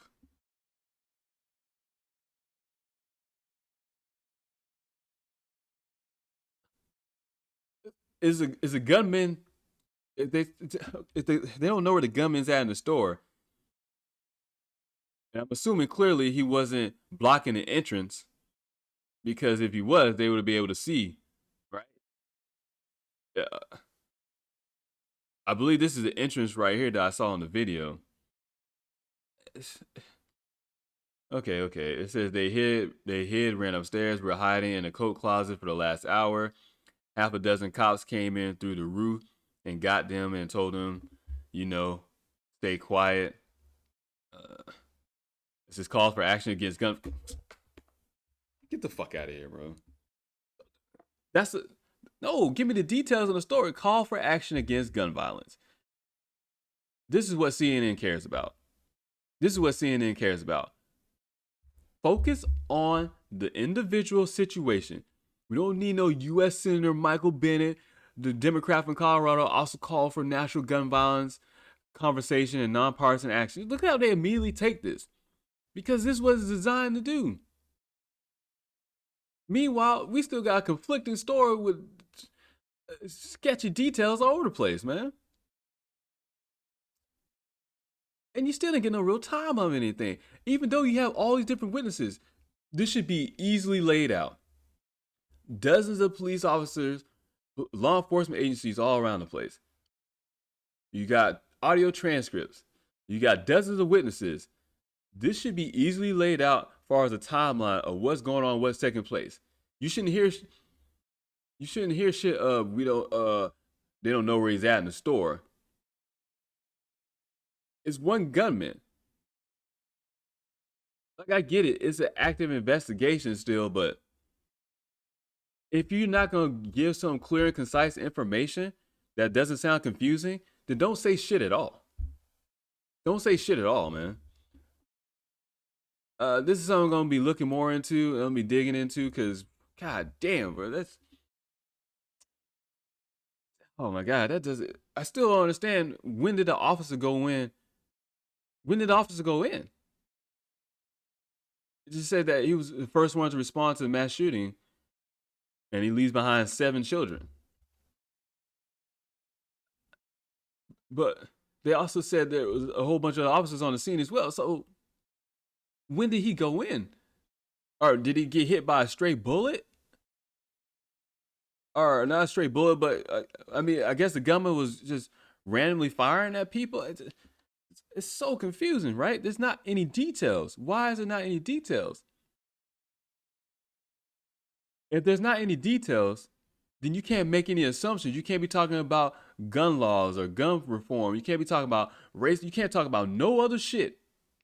If there's no actual full details of a full laid out clear picture of what took place, you can't bring up anything into the argument, because this is still all up in the open. Up in the open. And this is CNN's best. Right. This is the article they pull out. This is the best that they can do. And I think the article was updated. When was it updated? It was updated. It was updated this morning at 10:26 a.m. Oh my God. That's all the information they have? How can you trust these people, man? They don't even try to provide information. Oh, okay. Oh, man. That's my problem with these shootings. The details seem to be sketchy. Yet, as the time goes on, all of a sudden they build up this whole narrative that doesn't match up with some of the original details that they have. I feel like this is some type of information control as far as what you want released to the public. And you're saying it's once again a lone gunman, because apparently no one shoots in groups anymore. No one does mass shooting with a duo, a trio or something. They just do it by themselves. That's always a thing. Imagine being motivated enough to go out and go kill a bunch of random people because you have a sex addiction. You don't like their skin color. Something. Imagine doing that. How can you be that motivated to do that? You got to kind of have a little budge from some outside influence, because something, anything, man. Usually when people have that much motivation to kill somebody, they end up killing themselves, suicide. Because their motivation is that they want to get away from the life that they have. And that goes along with chemicals in the brain and a whole bunch of other stuff too. But man, God, there's too many questions with this, man. There's too many questions, man. And like I said, I don't care what anybody says, man. Everyone has the right to an opinion. Everyone has the right to sit here and question these things. Shit just doesn't add up. And you can't just dismiss this, because how can you ever actually solve this issue so-called in society in America with these mass shootings, how can you solve this issue? How can you figure out the root of the problem if you don't sit and ask real, legitimate questions?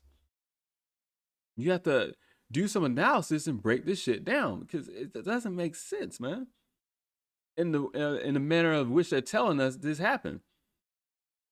All these cops, one man, one person. You tell me there's no sniper unit involved with SWAT? No one could get eyes in there first? No drones? No cameras? No, none of that. You tell me there's no internal camera system in the grocery store that someone can get access to through, I don't know, one of the network cable lines or something from outside the building? But did everybody's phones shut off? No one was in the building able to record it? To send out some information to get, to garner help, to help police know what they're looking for, to identify something? They say they didn't know where he was at in the building. Well, clearly he wasn't on the roof. Guess he wasn't upstairs in the closet where the grandfather and his kids were at. You get what I'm saying with this stuff, man? Like, these people, law enforcement, military, practice these scenarios, these situations. And when I was in the military, when we sit there and practice these scenarios, these situations, and you have a debrief, this is where you ask questions like, hey, what could you have done this? What is this? You always have these interjections. Like, okay, all of a sudden something happens and bam, now this happened. What are you going to do? You go through all these so-called simulations, these case scenarios, trying to, or rather, imaginary. No, actually, sometimes it usually is based on real world cases. So you have all these case scenarios going on to prepare yourself for all these situations. Okay, hey, how do you get in this building? Okay, there's multiple ways to get in this building. Okay, is there some way we can get eyes in the building? Can we find a way to identify the shooter, know exactly where he's at? How many hostages? Are there any casualties? What's going on in the building? Does he have any body armor? How much ammo does he have? Does he have a vest on? Does he got extra ammo somewhere? Does he have any grenades? Any explosives? You see where I'm going with all this stuff? All these questions. And they decide to fire into the store even though they didn't know where he was at?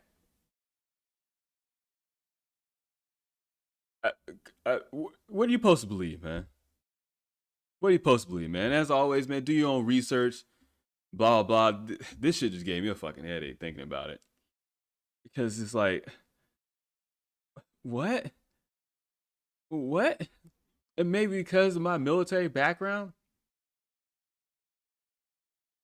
I mean, damn, you can watch cops and stuff on TV. I know they took it off last year and stuff, but Live PD, you can still watch these things. That's what helps to watch those. That's why I love like Live PD, all this stuff, because you get to see what they're going through and seeing their perspective, man. Of course, not every cop is bad. Not everybody is bad and stuff. Hell, of course, you can make a mistake and kill someone you didn't mean to. And of course, you can also have a bad day and take it out on someone. And of course, you can also have ill intentions at times as well. But why take it out? It helps people understand what is actually going on. Then again, it helps people see how these instances, these situations are gone about. There's training manuals on this, man.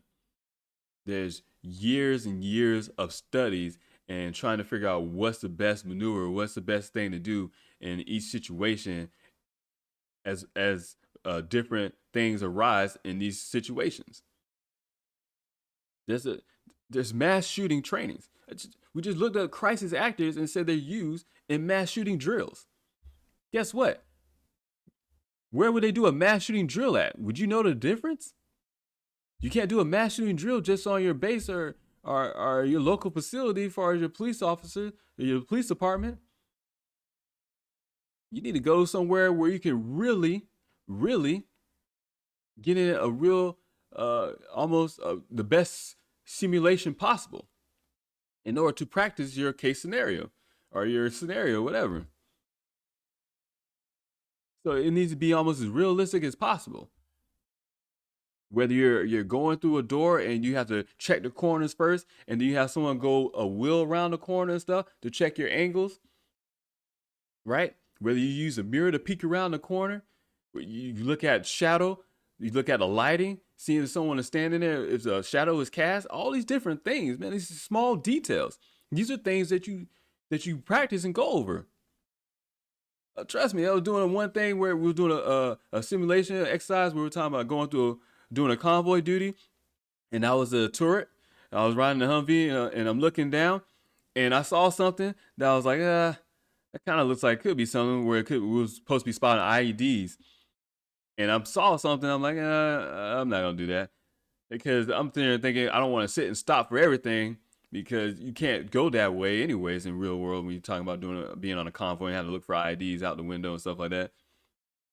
But then we went past it, and then we stopped, and then the guy was like, one of the trainers like, hey, did you see that? I was like, yeah, I did, but I just didn't think nothing of it. He's like, okay, I get it. You don't want to stop for everything and stuff, but still, you also have to be proactive.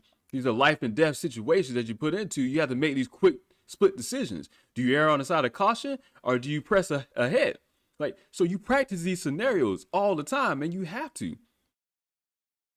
You don't go firing blindly into a store when you don't know where the shooter is at. And that's not from me. That's a quote that CNN put out there. This is why I have questions about these things, because, hey, I'm sorry, some of this shit doesn't make sense what they're talking about, man. So this is something we definitely gonna have to look more into. Oh my God. As more information comes out, and shit, now I'm gonna have to watch this 3-hour video and stuff. But maybe they already took it down. Maybe they already took it down. I kind of want to pull it up and just check it real quick. I don't want to slow down the computer though, but it's I don't even know what to say anymore, man. It's just really, really wild that this shit just keeps like, they just don't even, I want to say they don't even try, bro. Like, it seems like they don't even try, man. And I don't even know where it's at on my playlist either. See, it's not on the like videos. Damn, I forgot what playlist I even put it under my YouTube as well. That's right. If you think the pandemic, you got some issues about a pandemic, want to know what's going on with it and stuff, don't worry. Look up Event 201 on YouTube and tell you all you need to know right there. Yeah, I think I added on my playlist, say that's watch later, and I don't even see the video now. Oh, no, I do. It's from, so you can go to ZFG Videography. Yeah, if you go to there and see, click on now it has 604,000 views, 8.7 thousand likes, 5.5 dislikes. And the people are really getting mad at the dude that he's recording this and stuff. And apparently the guy friend was in the building, and he tried to call him, and he hung up his call. I guess he was too busy trying to live stream it and stuff. This shit is wild, man. Right? It says the following content has been identified by YouTube community as inappropriate or offensive to some audience. So right off the bat, YouTube does know about this. YouTube does know about this because they put up this disclaimer. I thought he put it up on his own video. So right off the bat, YouTube puts it up that this has been identified by YouTube community as inappropriate or offensive to some audiences. So YouTube community guidelines. Right off the bat. So they're aware of this video. And it seems like there's no reason to take it down. Yeah, what I'm seeing now, the dudes just run around behind the building and stuff. You see people just walking around and stuff, and they're more or less just cars just driving by, people going about their day like it's a normal day. And employees outside, it's really odd, man, because it's completely opposite of what the witness was talking about, saying that she saw the gunman from her window and stuff, whatever. And once again, the guy I showed you guys in the picture on my Gab account, he's just walking out the entrance. So and he's walking down a ramp, so that has to be the handicap entrance because of the ramp. Huh.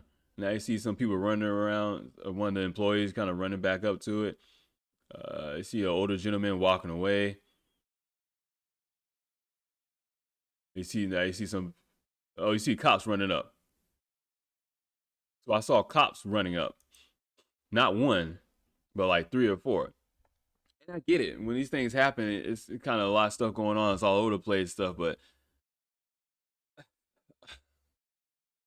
it's a lot of wild things, man. It's a lot of wild things, man. I already done talked enough. I'm in it for today. That shit really kind of blew me, man. I shouldn't have said it that way, but you know what I'm saying. And as always, I fucked that all up. As always, man, check me out on my social media, Twitter, Gab account stuff. Go to DamianJackson22.com and you'll see the link for social media, podcast links and stuff like that. Everything, how to get in touch with me, blah, blah, all this other stuff. Check out the product store, UnderdogProductStore.com. If you want to go ahead and support the podcast, the channel, things like that.